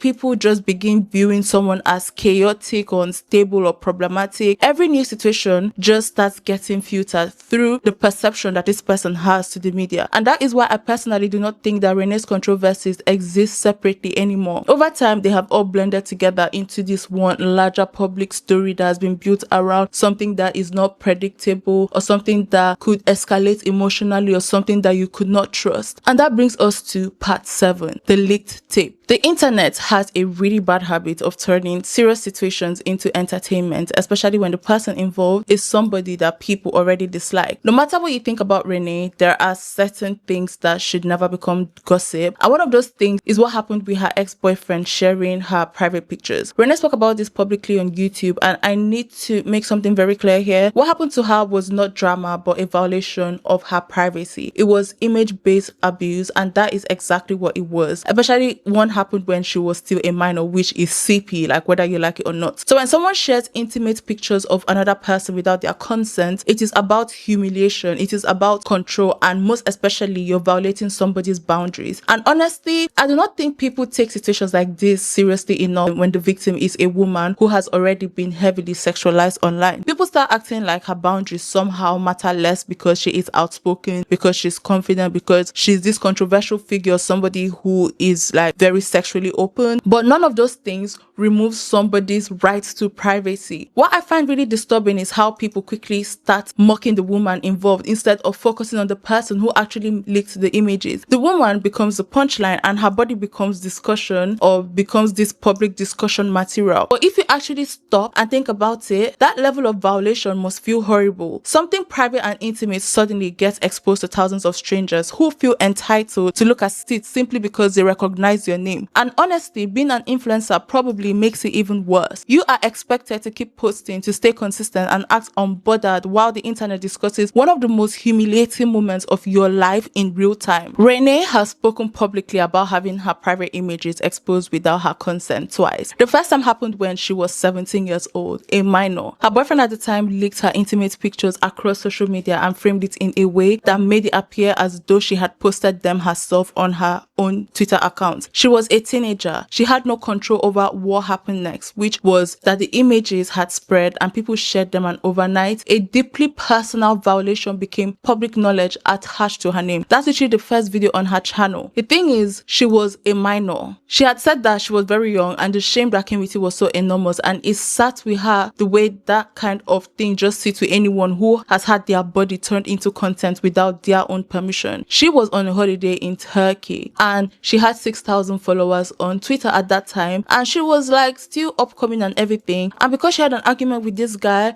allegedly exposed her, and basically she had no inclination about it because the hotel that she was staying in did not have Wi-Fi. So she went to the beach with her friend, and her friend just asked her, "Why were you arguing last night?" And she was like, "Was I arguing?" Because again, she had forgotten. Then she was like, "Oh my god, this guy had actually told her on the phone, threatened her that he's going to make sure that she would never ever be able to pick up a camera and snap herself." And she kind of knew within her gut feeling that this guy might have exposed her nudes just for her to go online. And she's saying that plenty of people were messaging her, and because her phone, she didn't have Wi-Fi at that time, her battery at that time moved to 30% because of the amount of messages that just kept coming in, just for her to find out that her nudes were exposed online. Basically, it was literally her like sex positions and everything. Been exposed. At this point in the UK, I'm exposed. I don't know that I'm exposed. My phone doesn't work my phone wasn't working without Wi-Fi there. Like, it was just done out here. So I've now been exposed. Several hours later, I'm not aware of this. So I'm laying down, Taya's laying next to me. She's like, "Renee, why was you arguing last night?" I was like, "I don't know." I was so tired, I don't know. I can't remember. And as I'm laying down, guys, like, I started thinking about what happened last night. And then God was like, something was wrong. I had a feeling the moment I walked onto that boat and the moment I lay down, right, I had a feeling in my stomach that something wasn't right, like something's bothering me, something's wrong, like what's going on? And then my mind started thinking about Patrick, and I was like, "Oh my gosh, I had an argument with Patrick, Taya." And she's like, "You who?" I was like, "She's like, I had an argument with my boyfriend Patrick." And she's like, "Yeah, I heard you shout, but I left you because I went into the tattoo shop." And then everything started hitting me. I jumped up, guys. But you see, when he threatened me, I didn't really know what he had on me, because the video that we did, I deleted it out of his iPad. But obviously at the time, I didn't realize that he could recover the video. So when I jumped up, right, I was like to the man that was driving the boat, "You need to turn this boat around right now, or get me onto the shore. Get me somewhere where I can use Wi-Fi." I looked, when I tell you, I was so scared. I was panicking. I was shaking him. Like, I was shaking the man that was driving the boat. I was like, "Sorry, but I really need to use my phone. I need Wi-Fi." I was like, "Please, I need Wi-Fi." Nobody understands. I was screaming. I was shouting. Taya was holding my hand. She's like, "Renee, calm down, Renee. Like, what's wrong with you? Calm down." And I was telling Taya, was like, I think you're overreacting. Maybe he's not going to do it. Like, you don't know. He's only saying it to hurt you. But guys, when I tell you, my gut was telling me it's done. He's done it because I know him. When he says he's going to do something, he's going to do it. But he's going to make sure I feel every single bit of pain. So when it happened, I was like, "Please, I need to go into shore." I kept begging. I kept crying because I knew. I stopped crying at one point. And then after, all I saw was the boat parked up. And he was like, "Okay, we're taking a 10 minutes break." you know, I was like, you know when you're in Bora Bora and then you have that, like, there's a bridge in the water that leads you to the other side. I was running, like, get in my run, girl, get in my run. Like, I was running so much, and I can feel the bridge was shaking, fam. I didn't care. At that point in life, I was like, if I'm going to drop and drown, I'm going to drop and drown. I have nothing else to lose. My life is done. You get it? So I went running, and I saw some lady at the shop, and she didn't speak English, but I was like, please, I need to use your Wi-Fi. What's your Wi-Fi? Please, what's the password? She's like, no, it's not for free, it's not for free. I said, listen, I've got £50 in my pocket. I just gave her the whole 50. Like, I didn't even care. I just wanted to use Wi-Fi. I used the Wi-Fi, I connected. Guys, my phone was on 100%. My phone went down to 20%. Twitter was blowing up. Snapchat was blowing up. Instagram was blowing up. My family was blowing me up. My family, like, everybody was trying to get to me. And you know what it is? People that loved and care about me was telling me to wake up. Because the last thing I posted on Twitter was, I'm going to sleep, I've got a very bad headache. So everybody was thinking, Renee's still sleeping, she's still sleeping. Like, oh my gosh, what's going on? Like, Renee, wake up. Everybody was like, Renee, what's your password? Let me remove the picture. Let me remove basically what he of certain positions, right? In the video, and then he screenshotted it, and then he uploaded it on my own Twitter. At that point, I had like 6,000k followers. I was like, wow, like, do you know what I mean? So he uploaded the picture, making it seem like I've exposed myself, and then he captioned it, I'm in Turkey having the time of my life. So everybody's now thinking this girl's on holiday being a whole fam. Like, what's going on? But when like, you can tell in the video. Another thing that pisses me off is that she got into an altercation with her ex, one of her ex that she was dating with. So she got into an altercation with her ex that his baby mama also released that picture and sent to him. I was like, is this the kind of person that you want to be around our child? Meanwhile, first of all, you're distributing CP. That is distribution of CP because she was a child there, she was a minor. And the fact that you're blaming her, saying, is this the kind of person that you want to introduce to our child? Meanwhile, you had your own child, your own baby through sex. She literally had sex and the pictures got leaked. So you had your baby through sex. So you had sex with this person, she had sex with the person, just that hers got released, yours did not, if you actually ever made one. So using that to send to your baby daddy and be like, is this the kind of person you want around our child? That was just you blaming her for what somebody else allegedly did to her, which was very crazy. Like, when I was watching that video again, I was like, what the actual fuck? I'm tired of women being seen as a victim over something that other people have done to her, especially because it's someone like Miss R Fabulous that is seen as a very controversial person. She's not put in that level of importance as it would be like maybe if someone like Wumi Bellows news got exposed, people will sympathize with her more than they would to Miss R Fabulous. Meanwhile, it should be on the same level. But anyways, as this thing got exposed, Miss R Fabulous made a choice somewhere along the way to refuse to carry the weight of somebody else's cruelty as her own embarrassment. By the time she started her YouTube channel and began building a public life, she was proactive about it. She would tell men that she was saying at that time about the leak early on in the relationship, partly to protect herself and partly because she was not going to let it be wielded against her as a surprise. She was open about it with her audience, and it was no longer a secret. It was a thing that happened to her, but it was done by someone else, and she was not the one who should be ashamed of it, which I think is the character that you should carry. When Tiwa Savage nudes got exposed, she was like, I had sex, I did not harm anybody. Because again, why should the woman be shamed for something that a man did? Like, why? Like, why should the woman be the one to be shamed? She is the victim in that situation. I do not understand when a woman's nudes gets exposed by a man, the woman is being seen as the problematic person. And I can remember people telling Tiwa Savage to apologize, and I think she even apologized. And I'm like, why the fuck did you apologize that somebody literally exposed your news and you are the one to go and apologize? Can you see how fucked up the society is and how patriarchal the society is? Like, things like this like literally piss me off, and people always like, oh, it's a woman's world. Like, it's a man's world. Like, what the fuck? Oh my god, Joel, calm down. You have a long way to go and you're already tired. But yeah, this really pisses me off. But anyways, the reason this matters in the context of her wider story is that the images did not stay in the past. They followed her into her most significant adult relationship. The baby mother of her UK partner actively dug them up, obtained them, and sent them directly to him as a weapon, like I had said. And the message being delivered was simple. Look at what kind of woman this is. Look at what's out there about her. Is this what you want your child looking up to? Renee found out what had happened during a conversation with him in the kitchen, and his response compounded the injury. He told her that she had never informed him about the leak, despite her being almost certain that she had, and he allowed the images to be used to destabilize her within their relationship rather than just shutting the behavior down immediately. This is something that everybody in the world knows. If you know of me, then you know that when I was 17, my news was leaked all over social media. I don't hide it. When I get into a relationship with a guy or when I speak to a guy, I'm expecting you to know this because I have made this very public. My first story times I've ever told on YouTube. I don't care. I'm not ashamed anymore. When I was young, I was, but I'm not ashamed anymore. I don't give a fuck about anybody that feels some type of way about that. So she started to send him my nude pictures while I was laying in bed next to him, and she was sending him my nude pictures, and she was like, how can you be with a girl that got exposed? She's all over social media. Is this what you want my child to be looking up to? I remember having a conversation with him in the kitchen one time when I was cooking him dinner, and to my surprise I felt like I did tell him that my nudes got exposed when I was 17, but I didn't know that I didn't mention it in the beginning of our relationship. But I felt like I absolutely did, because I always tell some, like, whenever I'm in something serious with a guy, I let them know from the jump, like, this is what happened to me when I was 17 years old, so like it's either you with it or you're not fucking with it. So he told me, I never told him, and then he was upset with me. We had a little discussion or whatever, and then I was more hurt at the fact that you really went out your way to find things about me. I nude pictures to send it to him.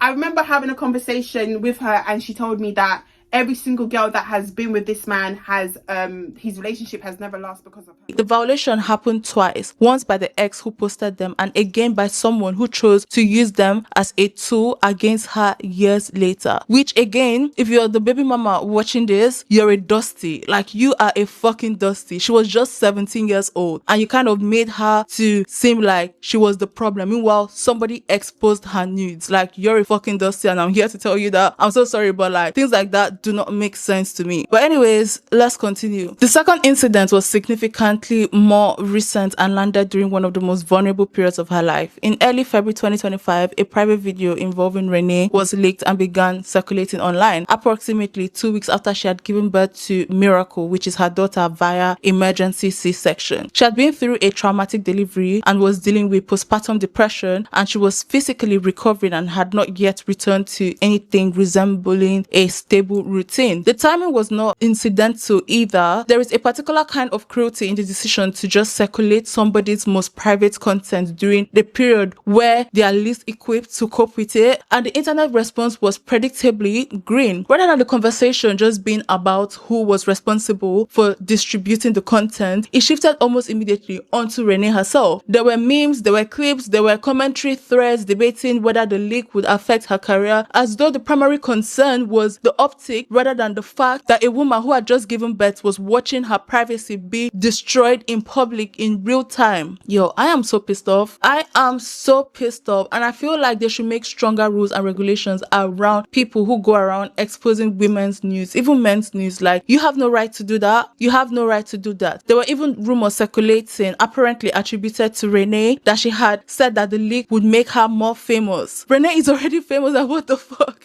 Whether she actually said that or whether it was the kind of thing that people decided that she must have said because it fits the version of her that people already decided was true, the claim itself just became part of the story, further burying the basic reality of what had happened beneath layers of commentary and speculation. Renee responded publicly and addressed the leak on her platform and did not pretend that it had not happened, because pretending things had not happened has never been her way. And at first she didn't even think it was her, because she was like, there's no way that my news will come out. And then she was looking at it, she was like, really? It's not like I knew of it. It's not like I gave consent to it. No. And when I sat down and I told my baby dad everything that happened, and I said, listen, I don't remember eating nobody's front. But when the man's telling me, Ren, I saw the video and you was doing this, I said, I haven't seen the video. Everybody's seen the video, but I haven't seen the video. I don't know. I've not seen it. And then when I got sent the video, when I'm watching it, everybody's watching it, I'm like, fucking hell, like, Ross, is this what was going on? The thing about image-based abuse is that it compounds. The first time it happens to you at 17, you build defenses about or around it. You make it public on your own terms before someone else can make it public on theirs. You tell your story first. You take away the weapon. But the second time, when you're already 29 and postpartum and already navigating one of the hardest periods of your life, those defenses are not enough. The violation is still the same. The feeling of having your body treated as public property by someone who decided that they had the right to share it is the same. What changes is that you're older and you know more about what comes next, and you have to sit there and just watch it happen anyway. Yo, I am fucking emotional about this, because fucking hell, it's 2026 and you're still exposing someone's nudes. What the fuck is wrong with you? What has never been adequately said in the conversation surrounding both incidents is that Renee did nothing wrong. At 17, she was a fucking child who trusted someone. As an adult, she was a woman whose privacy was violated. The platform she built, the loudness of her personality, the controversies that followed her across years, none of that gives anyone the fucking right to distribute her intimate content without her consent. This was wrong. This is a fucking crime, and she did not deserve it either. Whether she was 17, whether she was 29, it was not something that she deserved. And because it's Renee, people just shut it up. But anyways, that brings us to part 8, the child comment controversy. Now, I'm not going to lie. This next controversy is probably the hardest one to even talk about in this entire video, because unlike some of the other situations, there is not really much room for nuance here. It was one of those moments where a lot of people collectively just stopped and said, okay, girl, okay, this has gone way too far. Around September 2025, there was a clip from one of Renee's live streams that spread all over social media. During an argument, she made a graphic and deeply disturbing comment about somebody's child. And I'm not going to repeat exactly what was said because I genuinely do not think there is any value in resharing something that vile, but the comment was sexual in nature and directed towards a fucking baby. People online were immediately disgusted, as they should. Even people who would normally defend Renee, they struggled to defend that moment. The situation became worse because Renee did not immediately apologize afterwards. Instead, her explanation was that the other person had spoken about her daughter first and she reacted emotionally in retaliation. But honestly, most people completely rejected that explanation. There are certain lines people expect adults never to cross, especially when children are involved. Once kids become part of the conversation, it stops being internet beef. It starts becoming something genuinely disturbing, and honestly, this became one of the defining controversies of Miss Our Fabulous career because it forced even long-time supporters to just confront a pattern that people had already been noticing for years. Whenever Renee feels publicly hurt, embarrassed, or attacked, her reactions often escalate very quickly. That pattern keeps repeating throughout almost every major controversies attached to her. And I'm talking about escalation. And not only is it escalation, it's emotional escalation. Eventually, Renee did release an apology through her Instagram stories, but by that point, people are already debating whether the apology was genuine or simply damage control after the backlash became overwhelming. And honestly, I think this situation also says a lot about live stream culture in general. We now live in a time where people publicly argue for hours while angry, while emotional, while exhausted, and surrounded by people encouraging the chaos in real time. The internet rewards whoever says the most shocking thing, and that is a fucking problem that we have in the society, especially now that social media has become an everyday part of people's lives. Some creators eventually become trapped inside that circle. After years of constantly going live, arguing publicly, reacting emotionally, and turning conflict into content, your sense of boundaries can slowly start eroding. Look at that idiot. What's his name?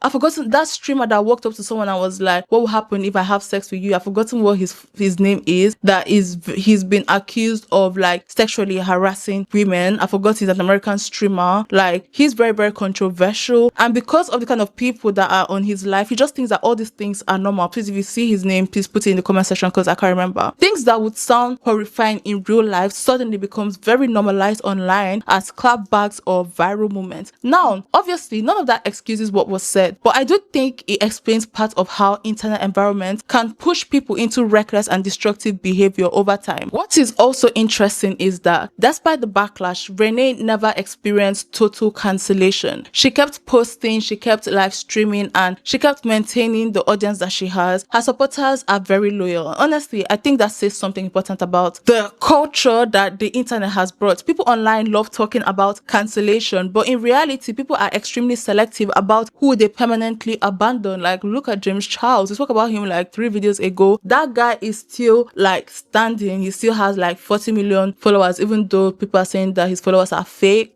which I'll not be surprised. But anyways, sometimes controversies actually strengthens the relationship between creators and their core supporters. The people that watch them begin seeing all criticism as hate, while the creator becomes even much more defensive and emotionally dependent on their loyal fans. Both sides become more attached to each other than before. And honestly, I think this is exactly what happened with Renee. Over time, her platform almost became centered around surviving controversy itself. Every backlash became another chapter in the story, because once children become collateral damage in arguments that come on the internet or happens on the internet, something has gone deeply wrong. And that brings us to part 9, the mother-daughter dynamic. Miss Our Fabulous relationship with her mother, Maureen Rose, is known online as Mommy Fabulous, is one of the most emotionally complicated and publicly exposed part of her entire story. It's a relationship that has never really been stable, never truly been private, and has produced some of the rawest and most painful content that Renee has ever uploaded online. And honestly, I think what makes this story so difficult to watch is that there is something clearly much deeper happening than two strong-willed women simply not getting along. It is the story of a daughter who grew up feeling emotionally disconnected from her mother, financially responsible before she was emotionally ready, and deeply determined not to recreate the same childhood for her own daughter. Renee was born in Jamaica and she moved to the UK as a very young girl, reportedly around 1 or 2 years old. But what followed was not a typical mother-daughter upbringing. For much of her childhood, Renee was raised primarily by extended family members rather than by Maureen directly. She moved between aunties, cousins, different family homes throughout her early years. One of the most important figures in her upbringing was her auntie Pat, affectionately known to people as Bumblebee. Other relatives, including an auntie named Faye and cousins Latoya and Taren, also became major maternal figures in her life during periods where Maureen was not consistently present. So Maureen is Miss R Fabulous' mother, who is also known as Mommy Fabulous. So to Renee's credit, she has usually tried not to frame this as outright abandonment. She has acknowledged that her mother had her own circumstances, responsibilities, and struggles at the time. But at the same time, she has also been very honest about the emotional consequences of that upbringing. Because by the time Maureen eventually took Renee in during her teenage years, the emotional closeness that usually forms naturally between mothers and daughters simply was not there anymore. Renee has spoken openly about feeling disconnected, not only from Maureen but also from her younger sisters Shania and Santara, because they had not actually grown up together in the same household. And honestly, one of the deepest wounds that Renee seems to carry is the feeling that her younger sisters experienced a softer, more emotionally present version of Maureen than she ever did herself. In Renee's own words, her mother appeared more protective, more nurturing, and emotionally invested in the younger girls in ways that Renee never fully felt she was. My sister came to my house.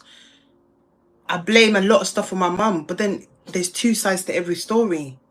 So I had to sit down with my mum and I had to understand why my mum does certain things when it comes to my sister. And when you look into certain things, I understand why Maureen does what she does and why she says what she says. Do you understand? Because what I was trying to tell my little sister is when I was your age group, I used to live with my auntie Faye and I used to live with Sharika. Remember? I was the sister that was getting passed around from house to house.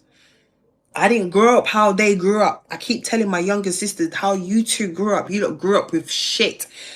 I was the one that had to go to everybody's house for Christmas.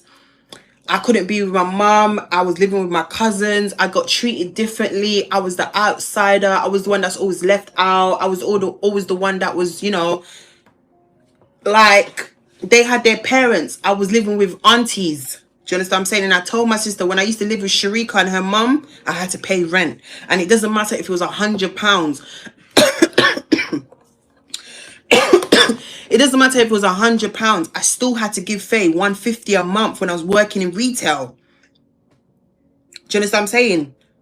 So when I sit down with my sister and I'm like, listen to me, Sharika had to pay $150. I had to pay $150. Renika had to pay $150. We all had to pay $150, and there was 3 of us in one room. But we all got up every morning and we went to work. And we had to make sure Faye get her $150 a month. So how's things with mum like? Mummy Fabulous. Yeah. I feel like with my mum, I feel like our relationship had a toll because we're similar. There's things that in her that I see in myself. And my sisters and my family always tell me, you and your mum are just alike. Mm-hmm. And I feel like I had to put my feet down and let her understand I'm not that little girl no more. I have a life. And I feel like having a mediator in our relationship to get the point across has helped so much. Like my auntie Patricia, she was the mediator. Yeah. So she was able to voice my thoughts to her and her thoughts to me without me taking it personal. Yeah. Or she taking it personal. Yeah. So I feel like I just put God in front of everything. Yeah. I let him take control of everything that I can't take control of. Yeah. And I just, you know, I just take one day at a time. Yeah. Because parents, you know, they can be a bit too much at times. Yeah. I don't know. I feel like sometimes when I look at you and mum, right, I think sometimes the young Renee comes out. What do you mean young? I think a part of you that still holds into, I don't know, I think sometimes there's an unhealed version of you that speaks out. Like when I see you going off, I feel like there's a part of you that has a lot of anger towards her that speaks. Yeah. I don't think you speak from the emotions of your current situation. I always see like, it's always much deeper. Because I feel like, yeah, okay, my childhood, growing up, yeah, I was never around my mom for Yeah. a long period of time. I was always at my auntie's. Yeah. So from one aunt to one aunt to one aunt. I never had a stable upbringing. And where I would see people growing up with their parents and my cousins growing up with their moms, and I was always calling auntie, auntie, auntie. You understand? My mum wasn't the main person that I would go to from her or anything. And then when I got older, in my early teenage life, I got with her. Yeah. You understand? Yeah. And I feel like a lot of pain comes from there because I feel like the love that I want for my mom, she shows it in a very different way. Yeah. And even though I'm older and I've been the breadwinner in my family and I've put people on certain things that I want them to enjoy and have fun and better themselves in or whatever, or make a certain form of income, I feel like they forget me. Yeah. As in like sometimes I want a hug. Yeah. Check on me. Yeah. You're my mom. Yeah. You're not my friend. Yeah. My friend as in like you're my best friend or whatever, but you're my mother than anybody else. So I feel like sometimes you're right. I feel like I'm still not healed in that relationship. I'm on the way of healing. Yeah. And I feel like sometimes I would love for me and my mom to look at me and be like, okay, let's go out, Ren. Let's go eat. Let's go do this. Yeah. There was a time where we used to go out all the time. Yeah. And then she just stopped. Yeah. Certain things. So I just feel like, yeah, there's unfinished business there. And according to Renee, money eventually became one of the defining tensions within their relationship. So she had described feeling like the main thing that Maureen consistently valued from her was financial support. From the moment Renee started earning money as a teenager, first working at TK Maxx in Stratford, before eventually leaving to pursue YouTube full-time, she said that her mother repeatedly reminded her, I am your mother, I sent for you. If it was not for me, you would not even be here. And I think that's a thing where most African parents and Caribbean parents and Black parents always said, where parents are like, oh yeah, I'm your mom or I'm your dad, I'm the one that brought you to this world and I can take you away from this world, which is a very toxic thing to say. And I always say this and I stand on this hill and I always be like, your parents' responsibility for you is their responsibility. I did not ask to be born into this world. I did not ask to be born. So you gave birth to me and everything you did for me was your responsibility. It was a responsibility to take me to school, to make sure that I got proper education. It was a responsibility to do this and to do that. It was not something that, yes, I appreciate you doing it because there are some parents that are deadbeats. It's your responsibility to do it. But at the end of the day, it is your responsibility, just like I would do it for my own child. It is not a means for you to use that to exploit me or make me feel guilty because you did these things for me, sure, because I did not even ask to be here. You did this thing for me. I'm expected to baby you and to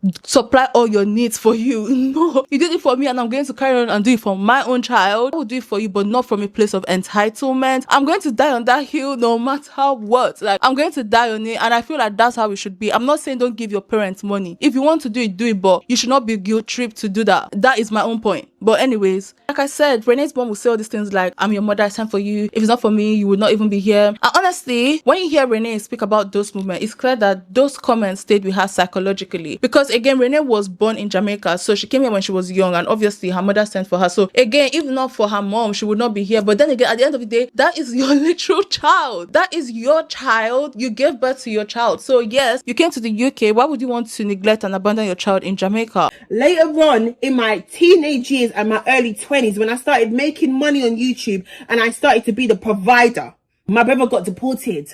Both of them got deported and I had to step up to the plate. I didn't go to uni because I had to make money. I had the chance to go to uni and learn something, get a master's degree. You understand what I'm saying? I couldn't do that, sweetheart.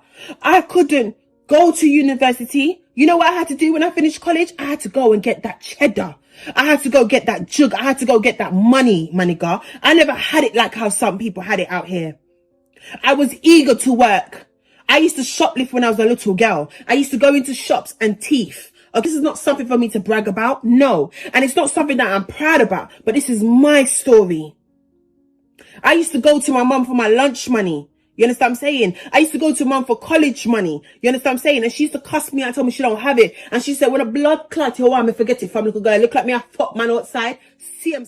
Another reason Renee said that her mom liked her sister more than her was because her sisters were the reason why her mom got her stay in this country, which I can understand. But at the same time, it does not mean that you should have a most hated. Obviously, I know all parents have their favorite children, but you should not make the other one feel less than because of how you're treating this other person, if that makes sense. But yeah, oh my god, like I was saying, like when you hear Renee speak about those moments, it's very clear that those comments stayed with her psychologically, because from her perspective, they created this constant feeling of guilt and indebtedness, almost like her existence in the UK was something that she needed to continuously repay financially. Then things became even much more complicated once Renee started making real money online. Within months of starting YouTube, Renee's platform reportedly grew quickly enough that she began earning significantly. According to Renee, once Maureen, that is her mom, saw that money becoming real, she suddenly became interested in YouTube too and asked Renee to help build her own channel. And Renee did. She reportedly helped set the channel up. She assisted with content ideas, editing, and also making sure that her mom's platform grew because Renee has a huge audience. And later, when the relationship between them began collapsing publicly around 2024 and 2025, that same channel allegedly became a place where Maureen uploaded, not allegedly because I watched some of it. I don't really understand Maureen's accent because I don't really understand patois, but Maureen will upload story times and public commentary about Renee herself, literally speaking about her own daughter to a group of strangers online, which honestly is crazy. Like, I can't imagine my dad coming online to say, oh, my daughter did this. I cannot imagine it, and I kind of found it weird. I'm not even gonna lie. Eventually, Renee took the channel down completely, and honestly, from Renee's perspective, that moment seemed to symbolize the entire relationship, because in her mind, she built a platform to help her mother create independence and financial stability, not to publicly monetize conflict with her own daughter. Before I get into this video, the first thing I want to speak about is why I took her channel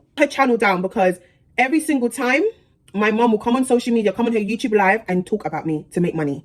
Now, when I made this channel for her, the channel was for her to gain so she can support my siblings and support my brothers. I wanted her to have another form of income so she can gain and benefit from and make money. This is the same woman that when I first decided I wanted to be a YouTuber, when I used to work in TK Maxx in Stratford and I quit my job because I felt like they wasn't respecting me, I came home and I said to my mom, I'm going to be a YouTuber. And she looked at me up and down and she laughed at me. She said to me, I would never be a YouTuber. And when she saw my first month check come in, she told me to make her channel. She told me to help her set it up and build up her platform for her. Now, what I did, okay? This is the same person that didn't believe in me from the start, that didn't want to support me in doing YouTube. And then when she saw me taking off within 3 months of my YouTube career, she was like, you know what? She wants to be a YouTuber too. So I said, you know what? That's my mum. I'm still going to help you regardless. And then I decided to help the rest of my siblings. And then I decided to, you know, support and help everybody else's channel by going onto everybody else's channel and interacting with everybody else so everybody else can gain subscribers, okay? I'm not a selfish person and I'm not an ungrateful person at all. Sometimes my behavior and the way I deal with people might make me come across as if I'm very ungrateful because I'm very blunt at times, okay?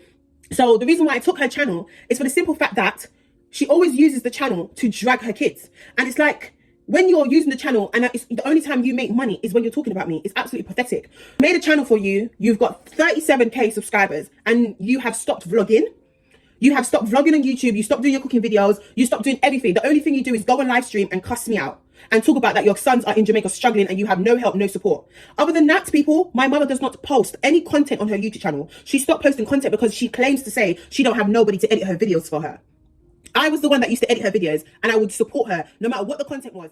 Another major turning point in the family dynamic was the arrival of Maureen's husband, Guinness. I think that's his name. According to Renee, things between her and Maureen were not always terrible before him. She had described periods of genuine warmth between them, shopping trips, desserts together, laughter, moments where her mother felt emotionally present and loving. But in Renee's telling, things changed significantly after Guinness entered the picture. Importantly, Renee had often directed projected more anger towards Maureen than towards Guinness himself, because in her eyes, the bigger betrayal was her mother allegedly allowing disrespectful behavior towards her children rather than protecting them from it. Over the years, Renee has publicly described multiple incidents involving Guinness that deeply damaged the family dynamic. This included live stream arguments, alleged disrespect towards Renee and her siblings, broadcasting family members online despite agreements not to, public insults aimed at her younger sister Santara, and allegedly inappropriate conversations about Maureen shared with the children. Renee also claimed that she financially helped Guinness multiple times, including reportedly sending him money to repair his car at Maureen's request. But from her perspective, she eventually began feeling like people around her benefited from her resources and platform while simultaneously contributing to emotional chaos from behind the scenes. The relationship between Renee and Maureen reached one of its worst public breaking points during summer 2025 following conflict involving Santara. Santara reportedly uploaded a YouTube video explaining difficulties at home, including disputes over rent payments and allegations involving benefits connected to her child. So Santara is Renee's younger sister. When Renee publicly supported Santara's decision to leave home, Maureen allegedly responded by attacking several of her children publicly online. By July 2025, Renee uploaded a video titled "The Truth About My Mom's Husband," closing this chapter, and this was where she formally announced that she was ending the relationship with her mother. And honestly, that video felt emotionally exhausted more than angry, because I watched it in real time and I watched it again doing my research for this video. Renee essentially said that she had spent years giving chances, trying to repair things and tolerating behavior that she no longer wanted around her daughter Miracle. And I honestly think that this is the key to understanding a lot of Renee's emotional intensity around family. My first commentary video was about the toxic moms on TikTok, the toxic boy moms of TikTok, and we've seen it in so many occasions where mothers hate their daughters, and I really do not understand it. I've noticed that the relationship that mothers have with their son is so different from the relationship that mothers have with their daughter. Even later, after the death of their grandmother, tension continued. When Maureen reportedly opened funeral arrangements to TikTok supporters and online followers, Renee felt deeply uncomfortable with the idea of such an intimate family moment becoming public internet content. Like, literally, I would feel some sort of way. And honestly, that situation perfectly captured how blurred the line between family life and the performance that comes with the internet had become for them at that point as a whole family. Even grief no longer felt private at this point. By 2026, the relationship was still fractured. There were still live stream arguments, there were still indirect comments, tensions around Theo. I'm going to talk about Theo later on, and recurring cycles on conflict followed by partial reconciliation. And honestly, what makes the entire situation feel so emotionally sad is that despite everything, there still always seems to be some lingering desire for connection between them, because they clearly love each other. Because even while furious at each other, they never seem fully able to let go entirely. And I also think, and honestly think, that the full story reveals something Renee herself has hinted at many times. A huge part of her public vulnerability, emotional reactivity, and intense protectiveness over Miracle comes directly from her fear of repeating the same emotional patterns that she experienced growing up. Every time she talks about breaking generational curses, she's not speaking abstractly. She is talking about being passed between households. She's talking about feeling emotionally secondary. She's talking about guilt, instability, resentment, money, rejection, and growing up feeling like love often came attached to obligation. And honestly, once you understand that part of Renee's story, a lot of her behavior just starts making emotional sense, even when people do not agree with how she handled things publicly. And that brings us to part 10. Chopper Wayne and Miss R Fabulous. The story of Miss R Fabulous and Chopper Wayne is one of the most dramatic and heavily documented relationship sagas in her entire social media history. It began with a DM on Christmas Day and ended with accusations of fraud, theft, and a secret girlfriend, and threats from across the ocean, across whatever river is between the UK and Jamaica. I'd like to think it's the Atlantic Ocean. I don't know, but someone should let me know. If it's the Atlantic Ocean, I'm like, girl, you know your geography. But anyways, let's continue. There were in effect two men who both carried the Chopper Wayne nickname in Renee's story. Though the Jamaican Dwayne Richards is the one most closely associated with the saga that played out publicly across Renee's social media from 2023 onwards. So basically, before Jamaica, there was a UK-based relationship also documented publicly by Renee involving a man she described as a narcissist, a serial cheater, and someone who subjected her to significant emotional manipulation and and gaslighting throughout a year-long relationship. This man was a local UK figure loosely connected to music, and their relationship had gone viral, where he dramatically surprised her at her 25th birthday party, putting their romance firmly in the public eye. I watched that video again today because I watched that video so many times because it's literally so funny. But anyways, from the moment it became public, Renee received girls just sliding into her DM telling her that they are doing with her man, including anonymous Snapchat messages containing his car license plates, and multiple women contacting her with stories of their own encounters. The relationship was further complicated by an actively hostile baby mama, which I told you people about. She messaged Renee regularly on her daughter's Instagram page, sent Renee's old leaked pictures to the boyfriend to undermine her, and eventually contacted Renee's own mother on Facebook to expose what was happening. Renee described the baby mama as having been trapped in a destructive 7-year dynamic with this man, one that was characterized by physical altercations, manipulations, and dependency, and she admitted to tolerating the situation for far longer than she should have, partly because of the emotional hold that he had on her. She found out that he was cheating on her, and he cheated on her on Valentine's Day, and the breaking point came when Renee was in a hospital dealing with an ectopic pregnancy, and her partner spent the week with his baby mother rather than being by her side. He had repeatedly pressured Renee to have an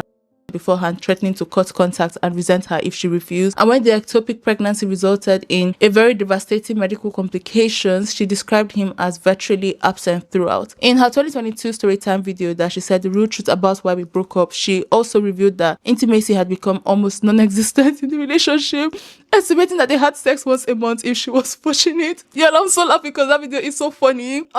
So basically she was like, we hardly had sex, we only have sex once to twice a month, and she was like, it was only twice a month if she was fortunate, while he appeared to be satisfying himself elsewhere. She also spoke about the fact that all she did was doggy style. She was like, the thing is, anytime I want to have sex, I just know to go on all fours because it's doggy style. That's why I even thought I was going to become a dog. This morning, I think I've watched that video like so many times, like 5 times at this point, because it's just funny. Babes, you can have him because I know what he's got down there and it's not really packing. So babes, I ain't missing out on no meals. I ain't losing sleep over that. I'm not losing sleep over that. Trust and believe me, I'm not losing sleep over that. And I know to the girls that lay down next to him, you'll feel the same way I've been feeling. And to the next girlfriend that he has, oh, please, I pray your sex drive's not high. And this is the thing.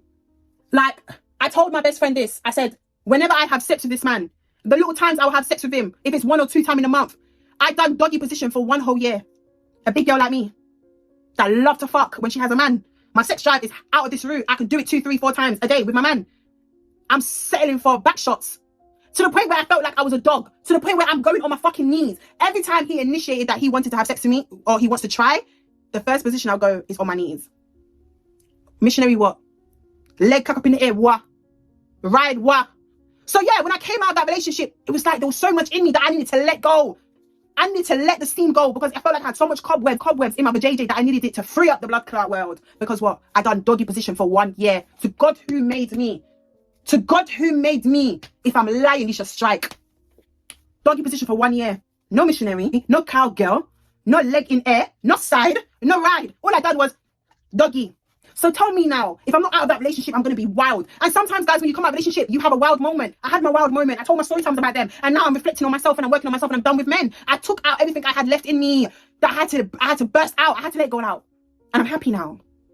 And I don't give a fuck who this video might offend. I don't get in your pipe and smoke it if it offends you. That's your business, not my business. I don't give a fuck. I keep telling people, I don't care if you dislike me.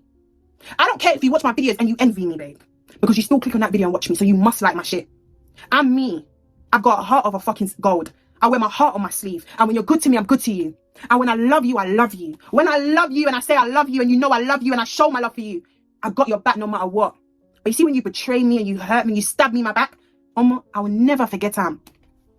So please, don't tell me about lying and I don't live my truth. I live my blood clot truth. I talk my shit before anybody blood clot talk my shit. But despite everything, she admitted to briefly reconciling with him at least once before finally walking away. And his side later emerged on social media live session in which he disputed her account and alleged that she had her own behavioral issues within the relationship. While still navigating the emotional wreckage of her UK life and the fallout from her time in America, Renee received a DM on Christmas Day from a man calling himself Chopper Wayne, whose government name was Dwayne Richards, who is a Jamaican man from Portsmouth in the Southborough area of St. Catherine. He reached out to her while she was at her auntie Patricia's house in America, helping prepare Christmas dinner, and something about their interaction just caught her attention. According to Renee, he was charming, he was attentive, he was consistent, he was calling her every morning, often from the roadside in his scheme, and telling her everything that she needed to hear at the time, when she was, by her own admission, in a deeply vulnerable state. Renee was candid that she was in no mental condition to be entering a new relationship, describing herself as fighting depression, dealing with suicidal ideation, and desperately seeking comfort and stability during this period. Dwayne positioned himself as exactly that comfort, calling daily, telling her how much he admired her despite what the internet said about her, and eventually asking her to be official. And when I went to America, me and him started speaking like a bit more now. Like we started speaking more. We was on the phone like every day around 7, 8 o'clock in the morning. He would call me and stuff on the road, or like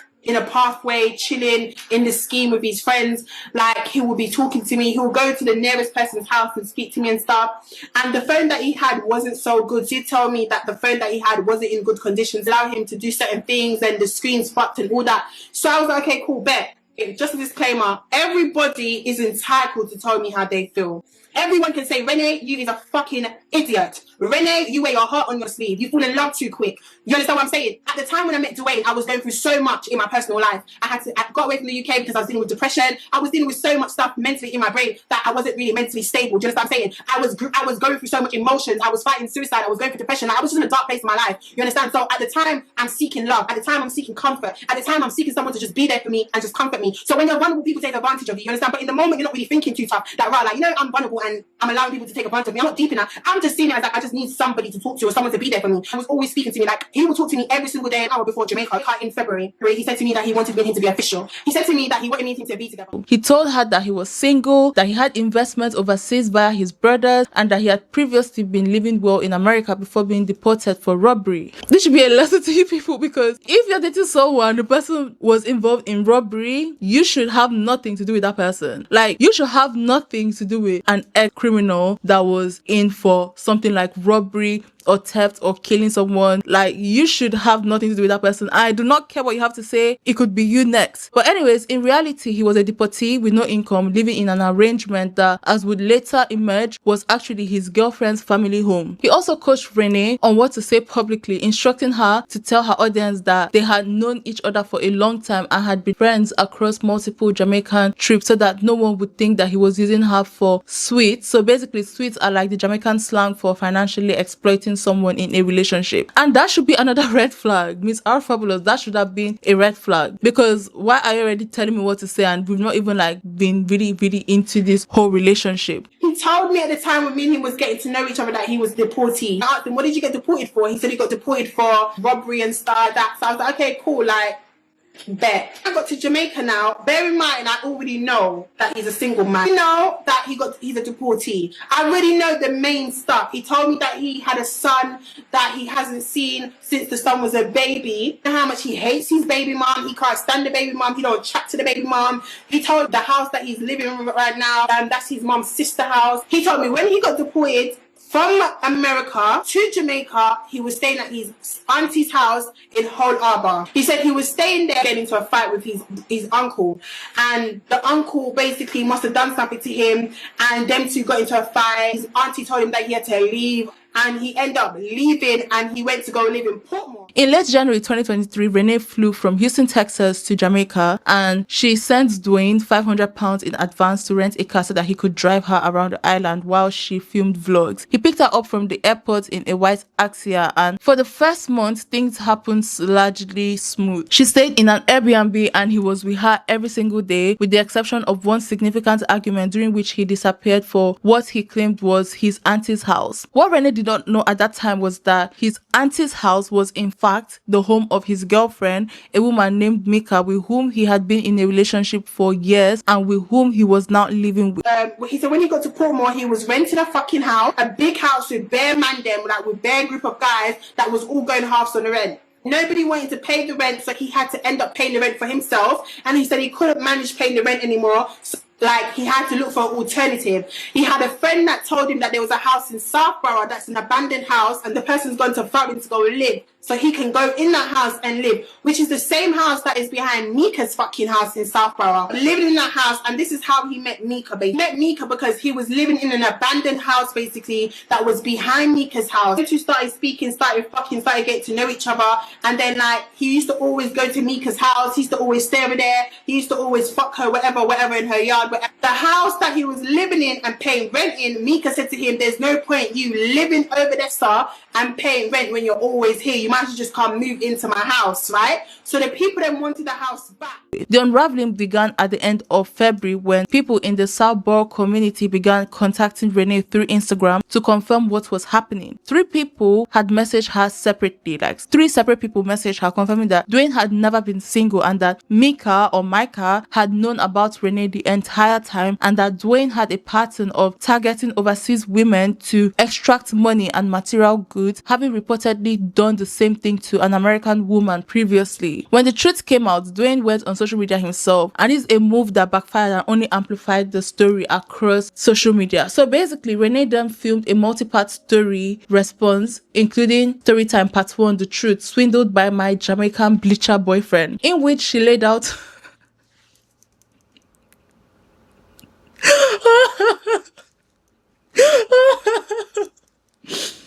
So basically, in this video, she laid out the full chronological order in detail. Renee had accused Chopper Wayne of stealing £5,000, an Apple MacBook, and an iPhone, and these allegations became part of this wider story circulating across so many drama channels. So basically, after this, Renee later explained that a lot of those things had originally been gifts. She said that she was extremely upset after the breakup, which is why she described it as theft. In her mind, she felt like he should have returned those things once the relationship ended, which I'm like, girl, no. You give someone something as gift, is literally a gift. Like, you don't take it back, okay? He didn't steal anything. Let me clear up the laptop and the money. No, I don't have my money. Was I aware that he had my money? Yes. Was I aware that he was holding my money? Yes. The laptop, I gave him the laptop to keep. Because I knew I was getting a new laptop, I gave him the laptop to keep. When we got into a massive argument, I asked him back for everything, which is wrong, because you shouldn't give somebody something and ask for it back. And I shouldn't have asked for it back, but I did. I'm angry, I'm upset.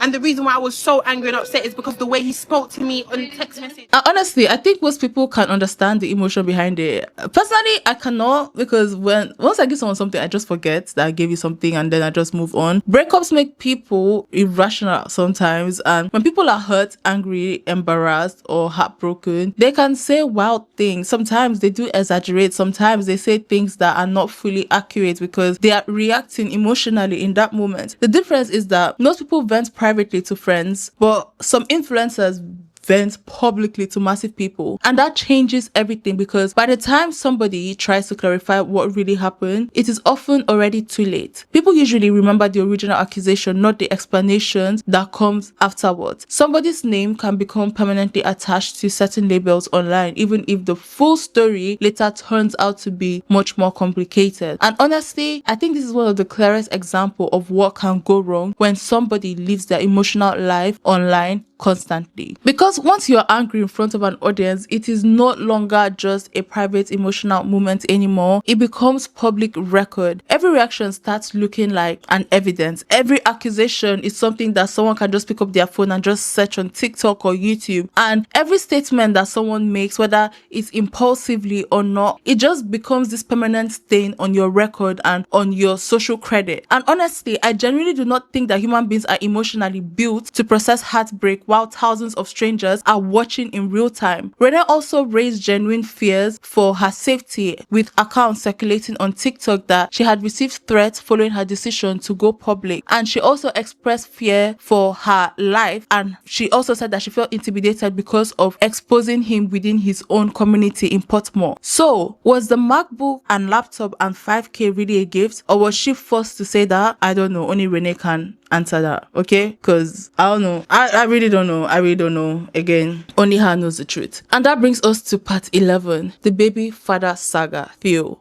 So right, Feud. Let's talk about Feud. Honestly, I think this is probably one of the most emotionally exhausting parts of Renee's entire story. And I know I keep saying that, but like I feel like everything that I have discussed so far on this channel today has been emotionally exhausting. So Miss R Fabulous and Feud represent one of the most publicly unraveled relationships in her social media story. I can remember when she broke up with Chopper Wayne, she was like she would never ever date another Jamaican and everything. Even when she was dating the musician that she found was cheating on her, like watching the video, she was like, I'm tired of men, I'm done with men, I'm not going to date any man any longer, blah blah blah. And then she went to date Chopper Wayne. She went to America for a new life to start afresh, and she ended up in Jamaica where she dated Chopper Wayne. And then after that, she was like, I'm not dating a Jamaican any longer. And then she ended up with Feud. And this union is one that produced her daughter Miracle and also exposed alleged domestic violence across 2 countries, drew in social services, threatened a second pregnancy, and collapsed multiple times in real time in front of thousands of online viewers. How and when Renee and Feud first met has not been laid out by her in a single clean origin story, but I think they met in a restaurant or something, I can't remember. There have been fragments across her YouTube stories and TikTok live, and like I said, it's clear that Feud is a Jamaican man that she became romantically involved with during one of her time periods spent on the island of Jamaica. And what I noticed about Miss R Fabulous, when she meets someone, this is the best person that helped her, this person has been the best person, nobody has ever been like this person, and this person just ends up being like her ex. He was relatively quiet in terms of a social media presence of his own, and in sharp contrast to Renee, who at that point had been broadcasting every dimension of her personal life to hundreds of thousands of followers for years. Commentary channels would later note that this dynamic, the loudest, most online woman in the room, paired with a man who reportedly despised his public persona, was the central fault line of the entire relationship. So basically, he met her knowing exactly who she was. He knew the drama, he knew the audience, and then allegedly spent the duration of the relationship just trying to police and control the very thing that defined her. The relationship moved quickly enough that Renee felt pregnant with their daughter Miracle, and the birth was one of the most significant events that she has shared publicly. She described the labor as extraordinarily traumatic, a C-section that left her physically and mentally shattered, and she spoke openly about still processing the experience long after Miracle arrived, noting that the difficulty of the birth was the major reason that she did not want to go through another pregnancy. Basically, social services became involved when there were anonymous reports that were made citing Renee's behavior on TikTok. Renee went live in tears defending herself as a mother who had given everything to her child, pointing out that she did not buy things for herself and that every penny went to Miracle. In dirty clothes, that my child is hungry, that my child is crying on social media while I'm playing matches is absolutely so heartbreaking, because no one understands what I went through, how traumatic my birth was for me. And even right now, it's like I'm still dealing with a lot of things within myself, and I probably might not come on the media, and I probably might not tell you like this because I keep it to myself, because birth was really hard for me. It really was. And there's a lot of things I'm dealing with within myself when it comes to me going to hospital, when it comes to me going to the doctors, because my C-section was so hard. It was so fucking hard. And this is why I don't want to have another kid, because birth was so traumatic for me. Do you know what I mean? So to know that you did what you did and I can't fuck your shit up for it because you're going to use my child with me, it's pissing my child and dating me off even more. And to even know that I have help visitor coming here, social workers coming here tomorrow, it's like, that's not my portion. Do you understand what I'm saying? That's not my life, because you lot see, when I shop for Miracle, I really shop for Miracle. I put Miracle before myself. I don't even get things for myself. I don't even buy things for myself. I don't even spend money on myself. Everything goes to my daughter. Do you understand? Everything. Absolutely everything. I don't even spend money on myself like that. I can't tell you the last time I spent a bag on me. I blow that shit on my baby. I'm a great fucking mum to that girl. I'm a great mum to that girl, because my mum failed me. You understand? My mum failed me and I could never fail her. So to know I'm such a great mum out here, to me off even more, and to even know that I have help visitor coming here. Why would you want an innocent child to be taken away from her mother to go and care or to be with a complete stranger that she does not fucking know? And it's hurting me so much, because what the fuck? That's just crazy. I could never, no matter how much I hate someone, I could never pick up that phone. I could never get a child taken away from her mom. I could never do that. And to know that all of this was a plan from the jump, to know that somebody premeditated me, to know that somebody tried to like use me for her clout on this media thing, everything was just all planned out. Like everything was all planned out. I'm telling you that. And when I was coming out, I was telling you people this. People thought I was lying. Everybody thought I was chatting shit. People was like, Ren, like, we don't believe it. Bro, I don't want you lot, I don't give a fuck if you lot don't believe me or not. But I'm telling you, if I've kept something to myself. Personally, I believe that Renee is a good mother. Like, I believe that she's a good mother. She's always wanted to have a child and she had Miracle. So I believe she's a good mother. Commentary channels, they raised the point that as much as the social service visit was distressing, Renee's pattern of broadcasting raw, unfiltered conflict while her newborn was in the room had made the case for external scrutiny, which I totally stand with. Because we're talking about social services ringing up, social services wanting to take her children, social services wanting to be involved. And bro, I'll be honest, I'm just going to give Miss R Fabulous some tough love and say it how it is, bro. Social services are involved because your whole life is on the internet. There's no private to it. So when you're cussing bad words and you're crashing out, bro, like, I'm just going to say how it is. The youths are there. They shouldn't be growing up around that. The youth or whoever. Like, there should not be any mad, that's a form of trauma. I'm going to say it how it is. But look, go to Miss R Fabulous' YouTube, bro. Before YouTube was a thing, she got 200k subscribers. Talk to her nice. And she's still dropping lots. She's still dropping her thing. But this is what she should be doing every day. From UK culture, I don't think there's another girl that is bigger than Miss R Fabulous in the UK culture, in the scene. Name another girl from our culture that's from the streets that is bigger than Miss R Fabulous. I don't think there's another one, bro. Second trimester, I don't have time to deal with these kind of things. Do you understand? My life is an open book. You can follow me on social media. You can watch me every single day to see if I'm a bad mom. It is all open. These people are bored. They've been harassing me. Do you understand? It's been going on for too long now.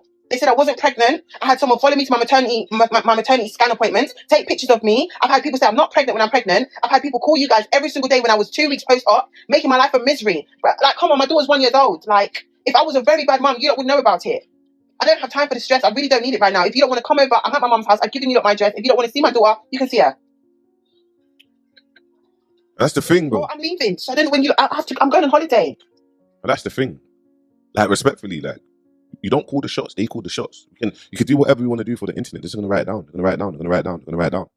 And that's what this is what we need to remember. The violent episodes that Renee later disclosed publicly began in the UK between her and her baby daddy. So basically, in a TikTok live that circulated widely, I think around October 2025, she described the first incident in detail. So basically, she had been on live from her mother's flat in Romford, came home, and the moment she walked through the door, Theo grabbed her by the neck, smashed her head against the wall, and accused her of flirting with men online. He was choking her, he was strangling her, and she was fighting back. That, she said, was the first time he had ever put his hands on her. The second incident came when his other baby mother messaged him with a lie about Renee, and rather than asking her about it, he assumed the one had attacked her again. And this time, Renee had receipts just proving that the baby mother had fabricated the story. And when she showed him, he apologized. The police, who he had called himself, were instructed to leave. I'm not going to lie, I keep referencing the video that Renee made about her last boyfriend in the UK, and she said she would never ever be with a man that has like a baby mother, because it's like the baby mothers that she's been with are always like against her, and she's like, I'll never be with someone who has a baby mother. But like the two relationships she's had after that, they've all had baby mama. And again, the first time that man laid his hands on you should have been the last time you ever saw him. Like, yes, I guess he has a child, but you should have let the court handle the visitation. You should never ever be with somebody who raises their hands on you. Never be with anyone who abuses you emotionally, physically, mentally. I know it's easier said than done, but again, that's why systems are put in place. Sometimes the systems do fail. I am very aware to recognize that. But in a case where this man strangled you and once you walked into the door, it could have turned into something else. Love is not hurtful. Love is calm. Love is something that you should feel safe in, not a place where you think, is it going to punch my right eye today? That is not love. When it came to this incident, this second incident that Renee had, Renee was empathetic that it was Theo who called the police on her, not the other way around, and that her sister had a recording of that night. The third and most publicly visible incident took place in Jamaica, and it was this episode that became the main flashpoint for the October 2025 DV expose.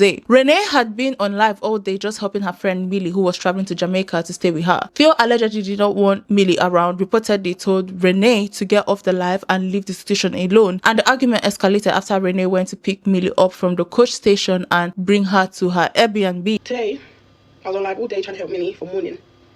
I don't know if it's because I didn't show him attention. I don't know if it's because I haven't really been into him the last few days. So the whole situation happened with Millie, so I've been trying to help her and stuff like that. So every time he would come in the room and he would say something to me, he said, meet alive, so I'll meet alive. Then he said, why are you following this up? Leave this girl alone. why are you so interested in a girl that don't have her kids?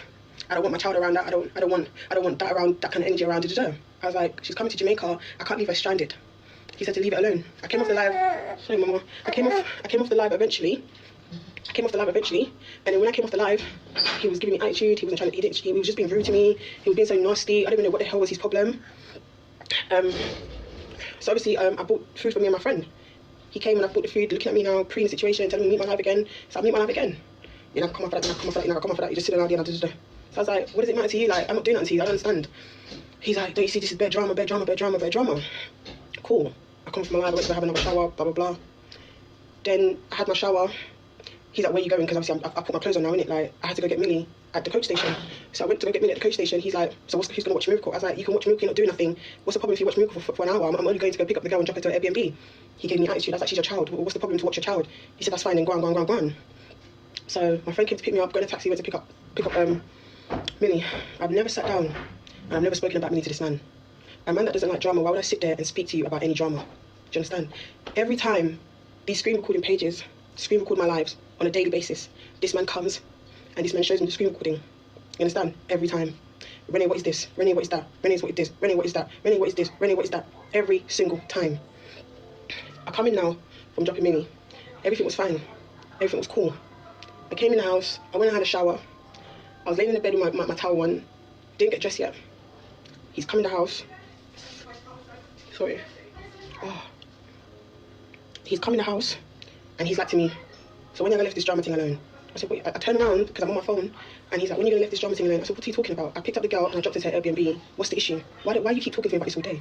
He's like, I seen a screen recording of you saying something about a foursome again. What have I told you? What have I told you to stop chatting about certain things? I said, I don't go on my live and just talk about it. If somebody speaks about it and I address it. Do you understand? So I was like, what? What are you talking about? So I kept ignoring him because he clearly wanted an argument, so I kept ignoring him. So after that now, he's getting like upset, but he's not shouting. He's calm with it, like he's calm, spoken with it. He's not shouting at me, he's not raising his voice, none of that. So he's like, oh, your auntie has an Airbnb, so you and Miracle need to come out of my house. Like he was basically saying, the TV's on. She likes Mickey Mouse. So I don't know why Minnie has come and given me barefoot, like I can drink barefoot with the condition I'm in. Like, I don't understand. Anyways, so where was I?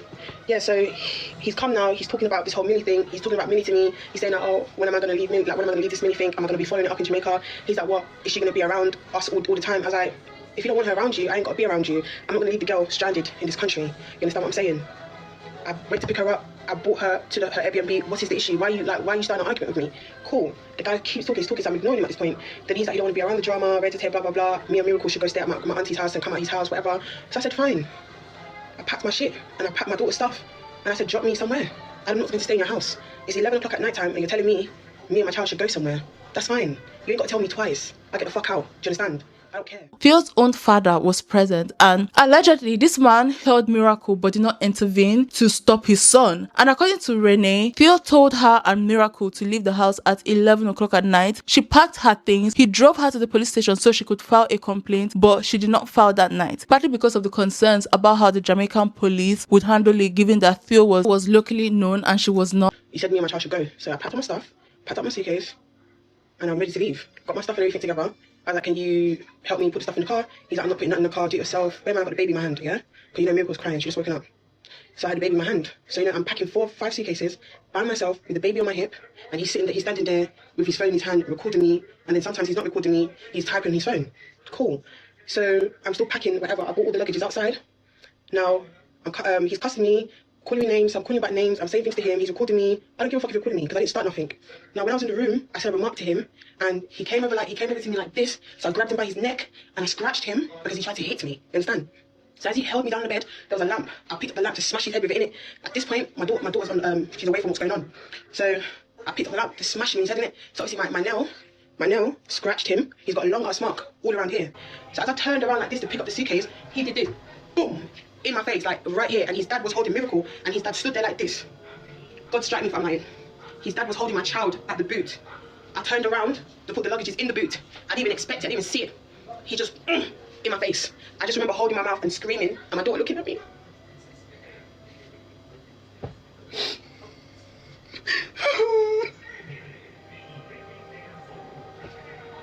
This is so Miracle looking at me, and it's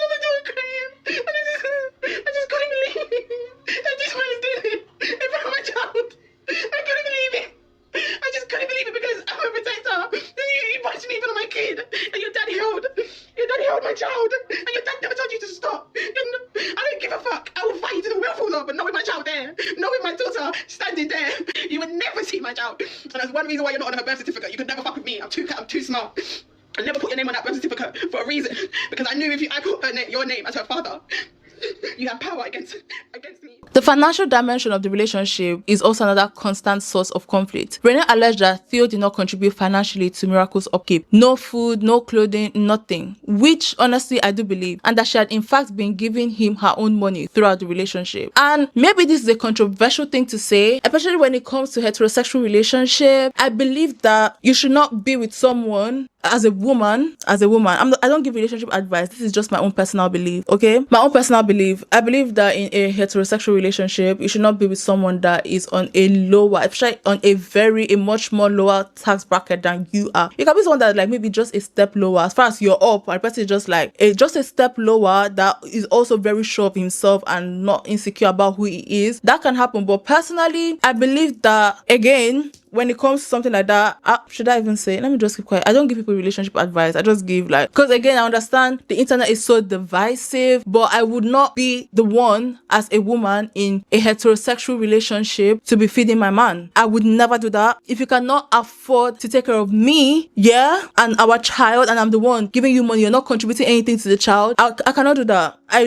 cannot even date you, talk more of having a child for you. I cannot do it. I'm so sorry. And honestly, one thing I have noticed is that this is very consistent with a broader pattern in Renee's relationship history, where she ends up just financially carrying men who then use that dependencies as leverage over her. So again, in May 2026, not long ago, there was this airport blow up, and it's one of the most explosive live recordings from their relationship. Renee was screaming at Theo to run back the people's money, referencing what appeared to be a situation where he had taken his cut of herb-related business proceeds that she was managing to bring back to the UK, and had also allegedly been asking her sister if she wanted to buy stock from Renee's supply. She accused him of deliberately coming to the house to antagonize her on the day that she was packing to leave Jamaica, and described having avoided him all day before he deliberately provoked a confrontation. Theo also allegedly threatened her verbally in ways that went beyond the physical altercations. Renee disclosed on live that 2 days before the airport meltdown, he had told her, "You would be a toothless baby mom, and I would lick out all your teeth out your mouth." When she subsequently went public about the punch that had left her mouth bleeding, he reportedly told her that it was not his fist that had hit her, but the phone. But instead of going in the shower, he kept coming in and out of the room arguing with me. I said to him, leave me alone, like, why are you trying to argue with me? Like, leave me alone.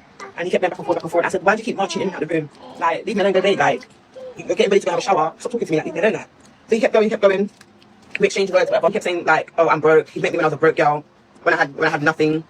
Like, he said that if I don't have the dog business, I don't have no money to my name. Then he brought my mom. Then he brought my mom. My sister's not liking me. Then he mentioned the 2 guys that I've dealt with in Jamaica. He threw that in my face. He just kept cussing me out, and I cussed him back. And then he said that, oh, I'm gonna be a toothless baby mother. He'll punch out all my teeth out my mouth. I was recording him. Like, I was just recording him. Like, I just got my phone. Like, I just picked up my phone and I called the group chat with Dark Web and a few of my supporters for them to just in case anything was to happen. And then I put my other phone. Like, I was on my other phone pretending that I'm like scrolling on social media, but I was actually recording myself, but you can hear me in the background cussing me out. Because you know what it is, I'm just mentally, physically done with Theo, and like in the midst of the argument, he's like, oh, I don't want you, you love one night stand me, you want you love one night stand me, itch up behind you, we don't want to go. And I was like, nobody wants you, darling. I don't initiate to fuck you, I don't initiate to have sex with you, you touch me, you're always doing something, always initiate that you want to sleep with me, I don't initiate nothing. And the text messages prove it, because you complain that I'm not affectionate, you complain that I don't want to have sex, you complain that I'm boring. Like, sorry, but I don't understand. When I was at the river, everybody saw you come to me. I never came to you. I never went over to you and started dancing on you. You came into my phone. Honestly, this is not a relationship for you to save. I'm tired of people saying, oh, I'm in this for my child. Your child will grow up and end up hating you. And if you're trying to break a generational curse, you start by leaving. First of all, personally, I believe that your child should not even be around someone who finds it easy to hit their mom. Personally, I do not believe that a child should be close to that kind of person, because that is not where love roots from or stems from. His approach throughout, as Renee characterized it, was a cycle of provocation, violence, minimization, and then manipulation. During my research, I noted that Theo allegedly had 4 baby mothers in total. And honestly, this suggested abusive behavior had been featured allegedly in those previous relationships as well. There were other suggestions that Auntie Pat, one of the most beloved and consistent figures in Renee's public life, had effectively distanced herself from the family unit after Miracle was born because of Theo. And what had puzzled so many people who noticed Auntie Pat's absence was explained. She had reportedly made the decision to stay away from the situation because she was aware of how Theo Leo was treating Renee not as many had assumed because of a falling out with Renee herself. The relationship did not end cleanly because despite the fact that in October 2025 they had this fight, Renee flew back to Jamaica in early of this year, reconciled with Leo, and there's a YouTube clip from January 2026 showing her taking a pregnancy test following the trip, and the results suggested that she had fallen pregnant with a second child. This is so shocking.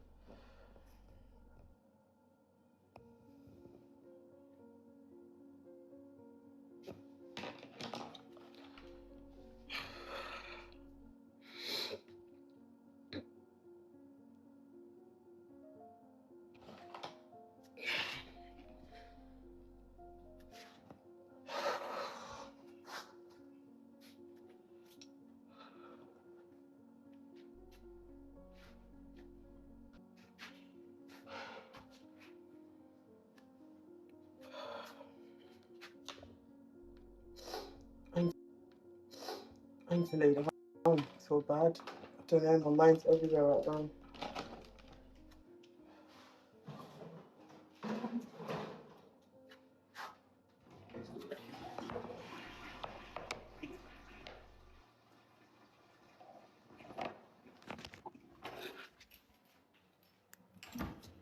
There are people that have watched her spend months publicly documenting abuse at Theo's hands, only to then carry his second child. So she's pregnant for him again. And by May 2026, the couple crashed out again in the airport confrontation, which I told you people about. And that was when Renee was screaming that she was done with him and that she would get a taxi to the airport herself and that she was not taking his lift and that she had been faithful to the wrong man for 3 years. This just added to another layer of complexity to a case or a scene that is already painful. There's also a video that I watched on TikTok where Renee was like that she wishes that she her child, which we are going to speak about in part 12. So in part 12, I'm going to speak about pregnancies, fertility, and the comments that Miss R Fabulous spoke about. I believe one of the reasons that people feel so torn when it comes to Renee is because her story forces people to just hold to things that are true at the same time. On one hand, Renee is somebody who has made public mistakes. Sometimes those mistakes have been very serious. Sometimes they have been genuinely difficult to defend. On the other hand, when you really look at her life closely, you also see somebody who has been carrying a huge amount of emotional pain for years. And a lot of that pain has unfolded in front of people who often treat her suffering like entertainment before treating it like something happening to an actual human being. And honestly, I think this becomes especially clear when you look at motherhood. Becoming a mother was not an easy journey for Renee. It was not one of those polished social media experiences that has been filled with soft lighting or like people having like maternity shoots or this perfect baby shower photos. Long before Mira was born, Renee had already publicly spoken about fertility struggles, miscarriages, health complications, and the emotional devastation of just losing pregnancies that she genuinely wanted. Renee has openly talked about living with PCOS. People sometimes use terms like PCOS casually online without fully understanding how emotionally and physically difficult it can be, especially for women who deeply want children. I personally, I've told people about my PCOS journey. Especially this year, I saw my period for like 3 months straight and I'm currently on a medication that if I stop for 1 day, I will literally bleed. So PCOS is literally not for the weak. It's mentally exhausting. And imagine someone who wants to have a child. Personally, I have no interest in having a child, but imagine someone who wants to have a child and they have PCOS. Do you know the mental stress that would be on the person? Because again, PCOS is not only about like irregular periods or hormone imbalances. Fertility struggles affect your sense of self, your body image, your relationships, your mental health, and the way you emotionally relate to your own body. Every failed attempt at pregnancy can start feeling personal. Every miscarriage you have can feel like your body betrayed you somehow. And Miss Renee, she experienced an ectopic pregnancy which resulted in her losing one of her fallopian tubes. And honestly, I think people hear stories like that without fully processing how traumatic they really are. Miss R Fabulous herself thought that she was never going to be pregnant. It's not just about pregnancy loss. It's about like the fear. It's about like the emergency medical situations, about the surgery, about the physical pain, about the grief, about literally the terrifying reality that your own life was at risk too. So what makes Renee's situation especially complicated is that she did not experience any of this things privately. She went through it online, and honestly, that is the part I keep coming back to emotionally. Every deeply personal moment in her life became public discussion. Her fertility struggles became content that people reacted to. Even moments where she was visibly emotionally overwhelmed became something that people consumed and analyzed. So when her daughter Mira was finally born in January of 2025, you could genuinely feel how much that child meant to her emotionally. Mira was a rainbow baby, the child who came after years of fertility struggles, surgery, miscarriages, fear, grief, uncertainty, the fact that she thought that she would never be pregnant again. And honestly, I think for a brief moment, even people who had criticized Renee before felt hopeful for her too. It seemed like maybe motherhood would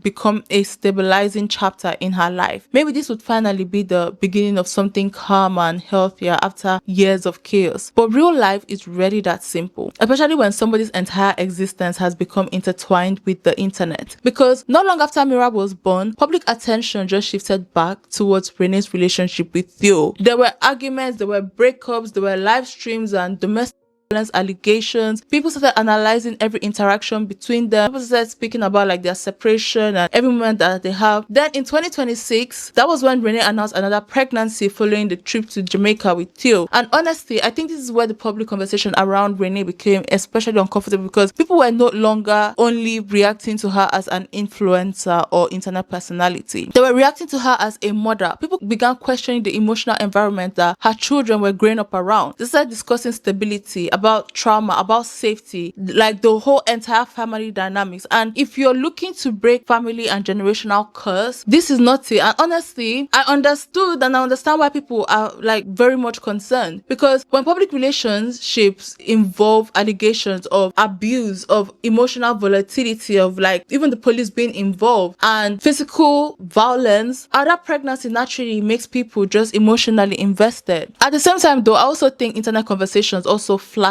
complicated situations into overly simplistic stories. People constantly ask women in difficult relationships, why did she stay? Why did she go back? Why have another child? Why not leave sooner? But honestly, those questions often ignore the realities of trauma bonding, emotional dependency, manipulation, the hope that you may have in this person, like reconciliation, even the children, even the financial reliance, and also the emotional attachment. Abusive relationships are rarely abusive every second of the day. There are also moments of affection, comfort, promises, hope, reconciliation, intimacy, genuine emotional connection, and that is part of what makes living so psychologically complicated. And once children become involved, everything becomes even much more emotionally layered. So I also think that it's also very important to remember that Renee spent years publicly expressing how much she wanted motherhood, and that emotional desire did not suddenly disappear just because her relationship became unstable. If anything, I believe that motherhood probably became even much more intertwined with her sense of identity, her sense of healing and emotional fulfillment. Then there was a separate controversy surrounding comments that she allegedly made about, not allegedly, I watched the video, she made this comment about like,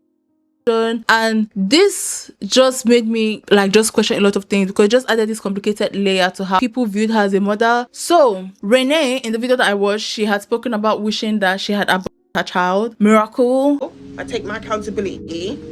I know what the fuck I did wrong. Ain't nobody's responsibility. I should have dashed with a fucking belly. The moment I saw a pregnancy test on that moment I saw pregnant on that fucking stick in my yard, bruv. But when I went and heard heartbeat, I couldn't do that. Now I'm a mum for 2 kids by this useless man. Can't make me. But imagine being Miracle, because this is also one of the comments that I saw. Someone was like, imagine a Miracle and I grew up and see that my mother wished that she said me. Yeah. But again, people use this as, you know, as evidence that Renee may be ungrateful or unfit. And honestly, I think this is another example of how the internet works, if I'm being very honest. And again, to play devil's advocate, when it comes to the expectations that society places on mothers, especially on that impossible emotional expectations, women are expected to speak about motherhood with endless gratitude, with patience, with softness and emotional perfection at all times. The moment a mother expresses fear, regret, exhaustion, resentment, confusion, or emotional overwhelmness, people immediately weaponize those feelings against her. But the reality is that motherhood and pain can exist at the same time. A woman can deeply love her child while also struggling emotionally. A woman can desperately want a baby and still experience mental health difficulties afterwards. A woman can survive fertility, trauma, and still end up inside unhealthy relationships. Real life is messy like that, and honestly, I think part of what makes Renee so difficult for people to understand is that she does not present motherhood in a polished influencer way that people are used to consuming online. One, there is no perfect mother performance happening here too, and there's no carefully curated image of constant control and emotional balance. Instead, her motherhood journey still feels chaotic, emotional, reactive, vulnerable, and unresolved in real time. And I personally do not believe that it was right for her to say that statement, especially online, of how she wishes she had her child. I do not think that that was the right thing for her to have said at that time. People are essentially watching somebody attempt to navigate trauma, relationships, public scrutiny, pregnancy, emotional instability, and motherhood all at once, while millions of strangers constantly analyze every decision that she makes. And honestly, I genuinely think that that level of public exposure changes people psychologically over time, because imagine never being allowed to process anything privately before the internet reacts to it first. At some point, the line between your emotional life and your online identity is just that disappearing completely. And honestly, I think this is part of what we are seeing with Renee. Not just controversy for the sake of controversy, but somebody whose entire emotional existence has gradually become public property, to the point where even the most intimate part of her humanity no longer fully belongs to her. And that brings us to part 13. Or is it part 12? I can't remember. The cosmetic surgery controversies. I think Renee accidentally became one of the clearest examples of what happens when internet beauty standards collide with insecurity, influencer culture, and an industry that makes enormous amounts of money from women feeling like they are not good enough naturally. When people think back to the BBL era now, they usually remember the aesthetic side of it. The way everybody online suddenly seems to have the exact same body type overnight. What people do not talk about enough is what happened to a lot of those women after the camera stopped rolling. And honestly, Renee's story just forces people to look directly at that side of it, because this was not a situation where she had one surgery, she loved the results, and happily moved on with her life. What followed instead was years of trying to fix something that was originally supposed to make her feel better in the first place. And honestly, this is one of the saddest parts of Renee's story to me. Miss R Fabulous relationship with cosmetic surgery is one of the most documented and consequential threads running through her public story. It started as aspiration, turned into a commercial arrangement, descended into physical suffering, and eventually became part of a BBC investigation that reached a national audience. It is a chapter that involves multiple surgery, a botched tie, a Turkish clinic that allegedly disappeared when complications began, a trip to the DR, that's the Dominican Republic, that did not go to plan, and a public apology to every girl who had watched her videos and booked surgery because of them. The surgery journey started in January 2019 when Renee flew to Istanbul to have a BBL, and she flew with a company called Clinic Hub Limited. So basically, Clinic Hub operated as a medical tourism coordinator. Basically, it is this London-based company that arranges cosmetic surgery packages in partnership with Turkish clinic while heavily marketing itself on social media. The company specifically targeted young Black British women by filling Instagram feeds with women who looks like Renee's audience.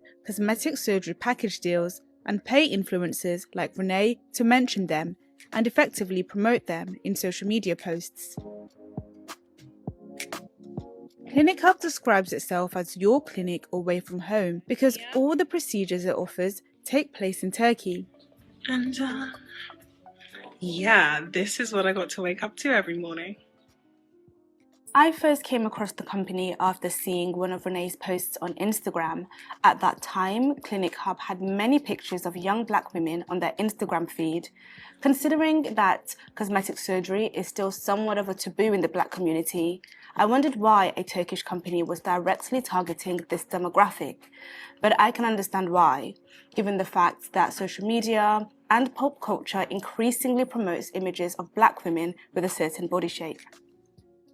The procedure Renee wanted was a BBL combined with 360 liposuction, meaning that fat would be removed from the upper and lower abdomen area as well as the back before being transferred to the buttocks. So it's the deadliest cosmetic surgery in the world, like deadliest. I think 1 in 3,000 people die of BBL. Someone says between BBL and boobs, I will go with boobs, like literally, because BBL like is very, very complicated and people think that, oh, it's based on experience. Even the most experienced doctors, they still end up like literally killing someone because again, fat is being pumped into the arteries and most times these doctors don't even know the arteries. They're just like pumping and just hoping that it does not like block and kill you. So basically, according to Renee, what she received was far less than what she had discussed with the surgeon. She later alleged that the clinic only removed fat from her lower abdomen, leaving the upper stomach and back untouched entirely, despite that supposedly being part of the procedure that she agreed to. At the time, she did not fully realize this because of swelling. It only became obvious after she returned to the UK and saw her body more clearly once the swelling had gone down. Before the surgery even happened, Renee had already started working with Clinic Hub as a brand ambassador. The arrangement followed what has now become a very familiar influencer model. Renee allegedly received complimentary or heavily discounted procedures in exchange for promoting the company across her social media platforms where she already had hundreds of thousands of followers. The main issue was that this commercial relationship was never properly disclosed to her audience. Under UK advertising regulations, paid partnership and sponsored content are supposed to be clearly labeled, but people watching Renee's recovery videos and updates believed that they were seeing the honest, unsponsored experience of somebody that they trusted personally. In reality, they were watching promotional content. And I can remember a time that she came up, the first time I watched when she said she was going to Turkey to get a BBL, she said that we all know she's been going to the gym to work. And that time I had not been going to the gym for a very long time. And when it comes to going to the gym, you have to be very consistent to see results. Renee later publicly acknowledged this, but her explanation was that when she originally promoted Clinic Hub, she was not yet experiencing complications herself. According to her, she stopped promoting the company once things started going wrong physically, and things did go wrong. The complications became severe and long-lasting. Renee reportedly developed an infection in her left buttock following the first surgery and had to be rushed to A&E in the UK for antibiotics. Part of the transferred fat allegedly died, leaving permanent scarring on her body. After several months of healing, Clinic Hub invited her back to Turkey for a corrective surgery. This second operation was supposedly intended to fix both the incomplete 360 lipo and the issues with fat survival in her buttocks. But even after that, another surgery followed. Once fully healed, Renee realized the shape of her bum still looked wrong. And according to her, there was almost no projection at the bottom, leaving the shape sitting unusually high with little fullness underneath. In later YouTube updates, she openly said that every surgery that she underwent with Clinic Hub had failed to deliver the result that she originally requested. But the most disturbing complication involved her thighs. Renee repeatedly stated that she never asked for any procedures involving her legs. She said that she loved her thighs and never consented to fat transfer in that area. However, after her third surgery, she reportedly woke up with bruising, swelling and pain throughout one of her thighs. Every time she questioned the clinic about it, she claimed she was told it was normal, but the swelling never fully disappeared. Renee later described days where the pain became so severe that she could barely get out of bed or walk around her own home. Eventually, after receiving scans from a London hospital, she said that medical documentation confirmed that fat had been injected into her thigh despite her never consenting to it. When she allegedly confronted Clinic Hub's director about this, she said that the response was not accountability or consent, but in fact that she was blamed for what had happened. According to Renee, the clinic suggested that she had failed to follow aftercare instructions properly, and that response deeply angered her because from her perspective, there was no reason her thigh should have been swelling if the area had never been touched surgically in the first place.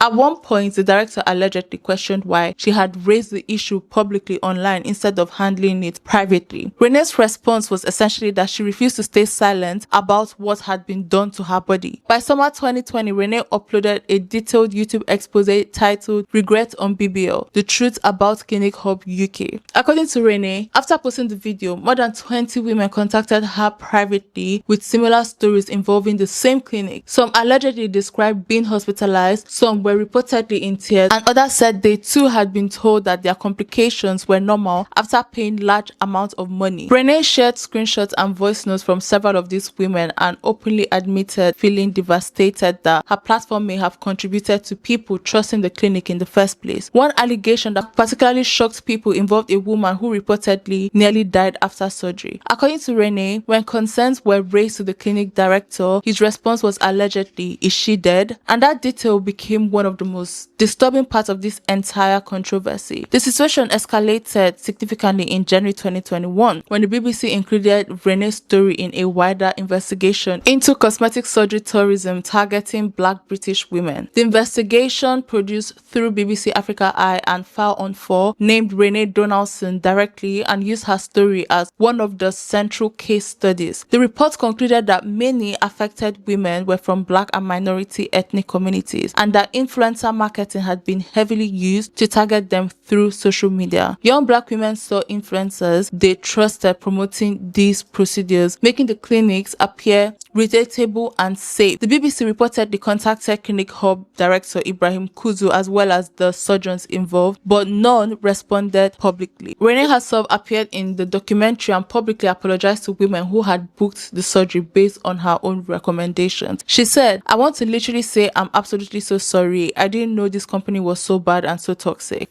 To go get surgery, I want to literally say I'm absolutely so sorry. I didn't know that this company was so bad and so toxic. Before the BBC documentary even aired, Renee had also traveled to the DR in September 2020 hoping to correct the damage to her thigh. The trip, she documented it on YouTube where she explained that things had not gone entirely to plan and the surgery itself ultimately did not happen. But what stood out emotionally was her describing how overwhelming it felt to finally be treated with basic care and respect by medical professionals, especially after her experiences with Clinic Hub. So basically they told her that this is not something that we can operate on and we don't think that you should operate on it. So again, she still lives with the fat transfer to her thighs. She repeated once again that she would never recommend going to Turkey for surgery and warned people that cosmetic procedures could permanently change their lives. But that brings us to the final part, and that is my thoughts. Yo, I am so tired. It's literally 3 p.m. and I have been recording since 11 a.m. and I'm so fucking tired. Let's talk about my thoughts. I want to pause on the timeline for a second because I think if all we do is go through the controversies one by one, the beefs, the feuds, the live stream blow-ups, we actually miss the point. And the point isn't really about what Renee did, it's about why she keeps doing it. Now, let me be clear, I'm not a psychologist, I'm not about to sit here and diagnose anyone. I am someone who just generally pays attention, and when you stop looking at Renee's life as just a collection of dramas and start looking at it as a whole picture, as a human story with a beginning, you start to see a pattern. And it's a pattern that will be painfully familiar to anyone who knows anything about trauma, about attachment, about how the things that happen to us as children follow us around long after we've grown up. Renee has talked publicly about being neglected as a child. She's spoken about growing up in a home where the person who was supposed to look after her, that is her mom, wasn't consistently there in the way a kid needs. She's disclosed abuse. She's described more than once a childhood that didn't give her what most of us take for granted. And that feeling of safety, that consistency, that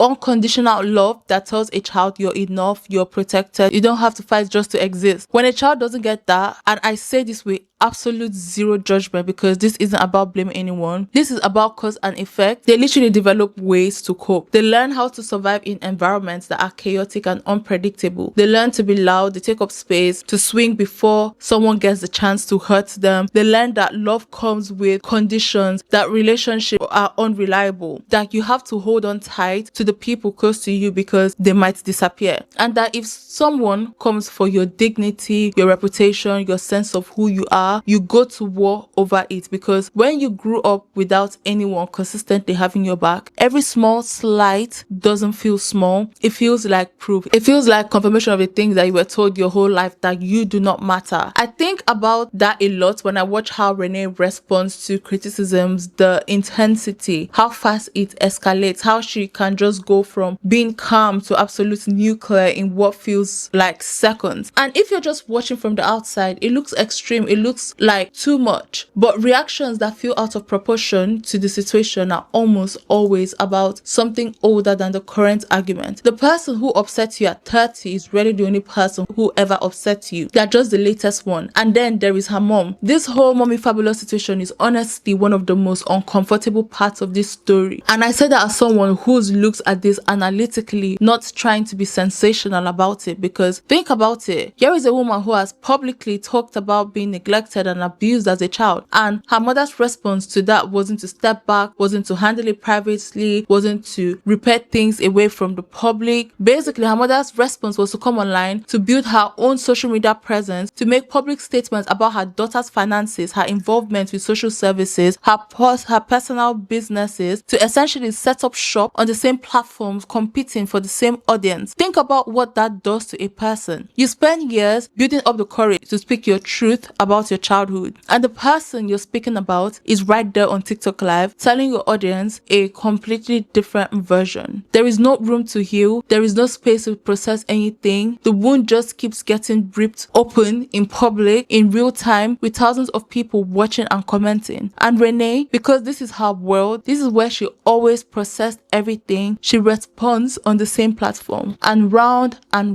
it goes. This is not normal. A mother going on social media and claiming social service are involved with their daughter. A mother saying, once she pays me back, I'm done with her. A mother putting family business out to a TikTok audience during what should be like a private family crisis. That is not just a mother-daughter disagreement. That is a deeply broken dynamic between two people who have never had the tools or the space to work through something that started long before either of them ever made a social media account. And I think Renee knows that. I think somewhere she's very aware that her relationship with her mother is one of the biggest wounds in her life. But knowing something and healing from it are two completely different things, especially when the person you need to heal from is still popping up in your comments. And this brings me to the moment that genuinely made me stop, because I watched a clip from one of Renee's TikTok lives, and someone in the comment section said that she had lost her spark. When she read that out, literally her face just dropped. She was literally devastated. She broke down, she started crying. And in that moment, you could just see it. You could see the real Renee, not the one that would tell people to suck their mom on Instagram stories, the one who just wants to be seen as someone worth believing in. And honestly, this is the most human in this entire story, because I think at the core of everything we've talked about is a woman who has spent most of her life fighting to feel like she matters, who was told directly or indirectly that she didn't, who built an audience of hundreds of thousands of people who would tune in every single day to watch her live. And still, when one anonymous person in a comment section said that she had lost her spark, it cut through every wall that she had ever built. I'm not gonna lie, that is literally what unhealed trauma looks like, when your life is nowhere private or you have nowhere private to go to. And that is the lens that I want people to watch this video through, not as a cancellation, not like as if I'm piling on her, not even as just accountability content, even though accountability matters and I've been clear about that throughout, but as a real look at what happens when someone with genuine talent, genuine charisma, and genuine plan is handed a massive platform before they have the support or have the right support around them to handle it responsibly. When the audience becomes the therapist, when the live stream becomes the therapy room, when the internet, which has no patience, no nuance, and no memory of what happened yesterday, becomes the place where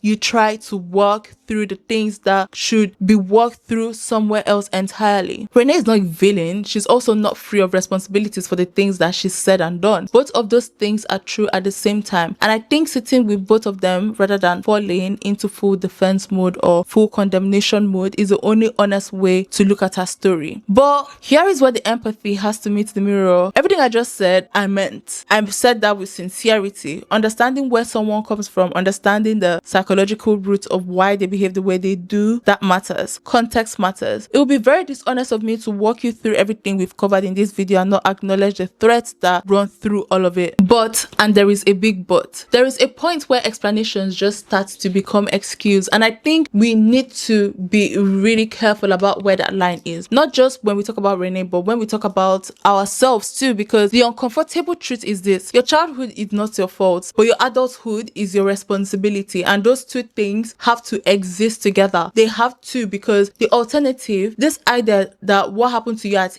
7 gives you a lifetime pass for what you do at 29, that is just a different kind of trap. We all know people who have had rough upbringings. Some of the most grounded, emotionally aware, intentional people I know came from genuine painful backgrounds, and they'll be the first to tell you that healing didn't just happen to them. It wasn't something that fell into their lap. It was a choice that they made again and again. Sometimes times every single day, to not let their history write their failure, to be intentional about it, to interpret the pattern even when the pattern felt like the most natural thing in the world. That is literally the work, and it is hard, it is unglamorous, it is not exciting. It's usually done in private with a therapist or a journal or both. It doesn't go viral, it doesn't get views, but it's the only thing that actually changes your life. And when I look at Renee's life right now, what I see is someone who hasn't done that work yet, or if she started, she hasn't figured out how to protect it from the public environment that she lives in. So let me be direct, because I think this video does Renee a disservice if all I do is try to understand her without being honest about what actually needs to change. First, and I cannot say this loudly enough, she needs therapy. She does not need another podcast appearance where she talks about her childhood. She does not need a live stream where she cries and her audience sends her gifts and tells her that she's amazing. She needs actual consistent private therapy, ideally with someone who specializes in trauma, because what she's described would be enough to send most people looking for professional help. She's dealing with all of them at the same time, and she's processing all of that on a TikTok live in front of thousands of strangers in real time. I see that as a form of performance, not actual processing, because even when it's genuine, when the tears are real and the pain is real, it is still performance. I don't know how to explain it. Basically, no audience, no matter how loyal or loving they may seem to be, can give you what a trained professional can. Second, she needs to step away from the beefs. Not because she doesn't have the right to defend herself, she does, but because every single beef costs her something. It costs her credibility with people who might otherwise be on her side. It costs her energy that could go into something better. It costs her the story that people tell about her, because right now, when people search her name, the first thing they find is the controversies. She's letting other people write her story for her, and the way she keeps responding is actually making it easier for them to do it. Third, and I think this might be the most important one, is that she needs to accept that not everything requires a public response. When you let something go, it does not mean that you've lost, because the version of strength that she been performing, the one that never backs down, never admits fault, never lets anyone have the last word, is very exhausting to watch. Imagine how exhausting it must be to leave. And fourth, and this is the one that's going to be the hardest to hear, but she needs to put some distance between herself and her mom. She needs to do that. I'm not saying that to be cruel about Maureen. I'm just saying it because you cannot heal from a wound that someone keeps reopening. You cannot walk through childhood trauma while the person at the center of it is on the same platform, in the same comment sections, with access to the same audience that you have. Setting boundaries is not a form of betrayal, and in Renee's case, it might be the most important thing that she could do for herself right now. Because here's what I keep coming back to. Renee is talented, like genuinely. She's magnetic. She has a presence that most creators would spend years trying to build and never get close to. Her first YouTube channel had like over 200k views. She built a massive audience from nothing in a space where Black British women were barely visible in mainstream content. She had a BBC radio feature. She had viral music. She had all the building blocks for something really special. And that's what makes this so frustrating to watch. I'm not speaking from a judgmental way. I'm just speaking from a place where you see someone talented just keep tripping over the same thing, and you just want to grab them and say, you have everything that you need. Why do you keep doing this to yourself? But the answer to that isn't simple, and it's not a moral failing. It's literally a pattern, and patterns don't just change because of the public pressure or the cancellation campaigns or even this commentary video that I'm making about her. It doesn't change because of that. They change because the person stuck in the pattern decide privately and quietly and away from the camera that they are done repeating that pattern. And I genuinely hope that Renee gets there, not for the content, not for the redemption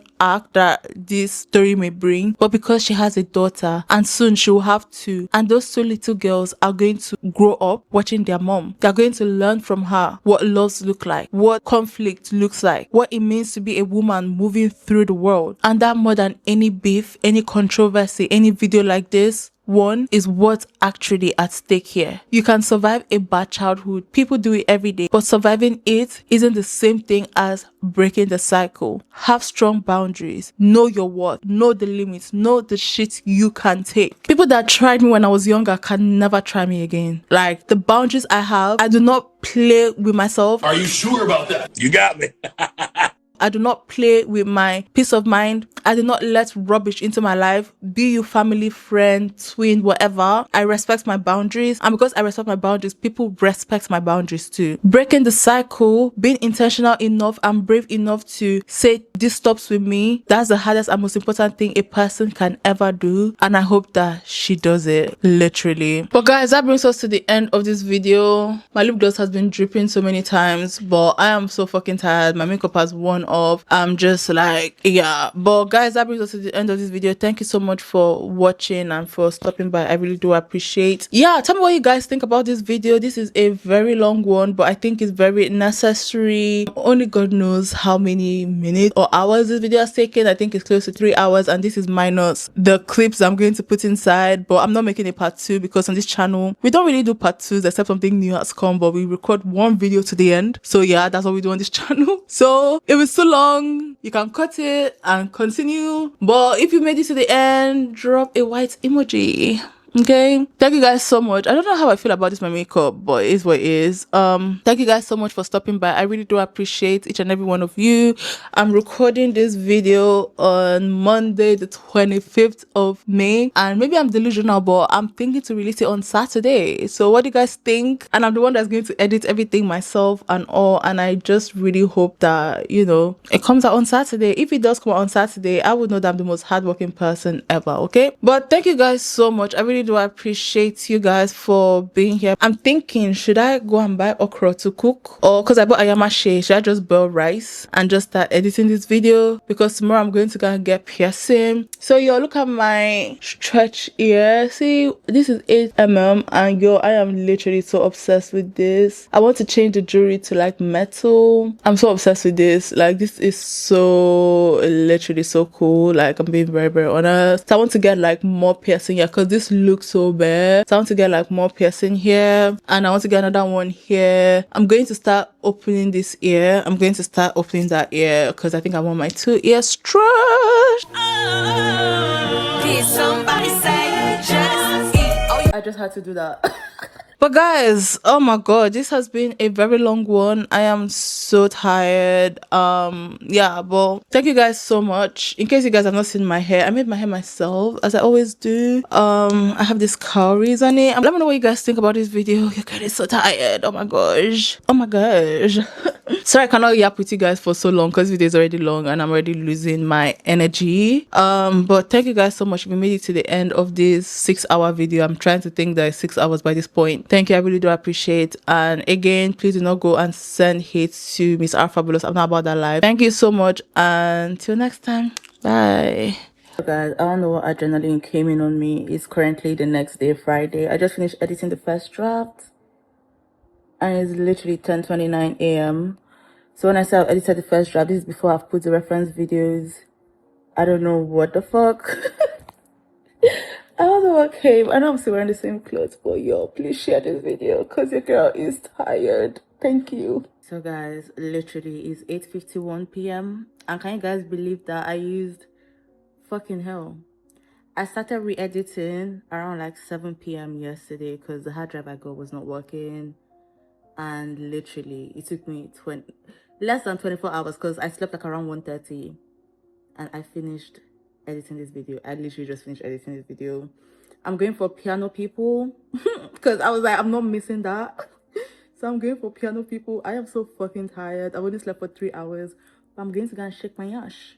So they start at 10, so I'm just going to take an evening shower, do my makeup, and get out of this house. Please share this video. Thank you. Okay, thank you. Thank you. Peace. Miss Fabulous is the reason why I don't believe in generational curses.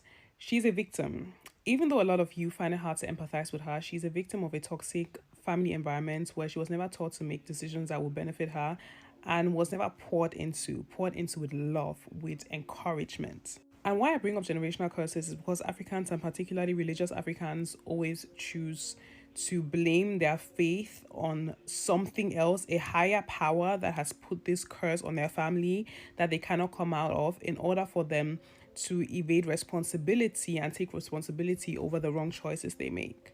Her choices or her decision-making skills, her discernment in life, her attraction to men that treat her terribly is a result of her mother making those same terrible choices. You people are cussing this girl out for fighting with her mom on the internet, but really and truly, I would never fight with my mom on the internet because my mom would never be on the internet insulting me. And that's what you need to understand. For a mother to be on the internet talking badly about her children, no matter what I do, I could be the worst person on earth.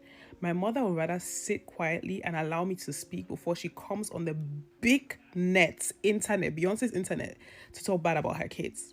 Because if I want to destroy my reputation and her reputation, she will allow me to do that, but she will not contribute to the destruction of her and my reputation, no matter how bad I am. So one thing we need to establish is that people with dysfunctional lives, their dysfunction is usually a result of their parents' lifestyle and the patterns that they were shown by their parents.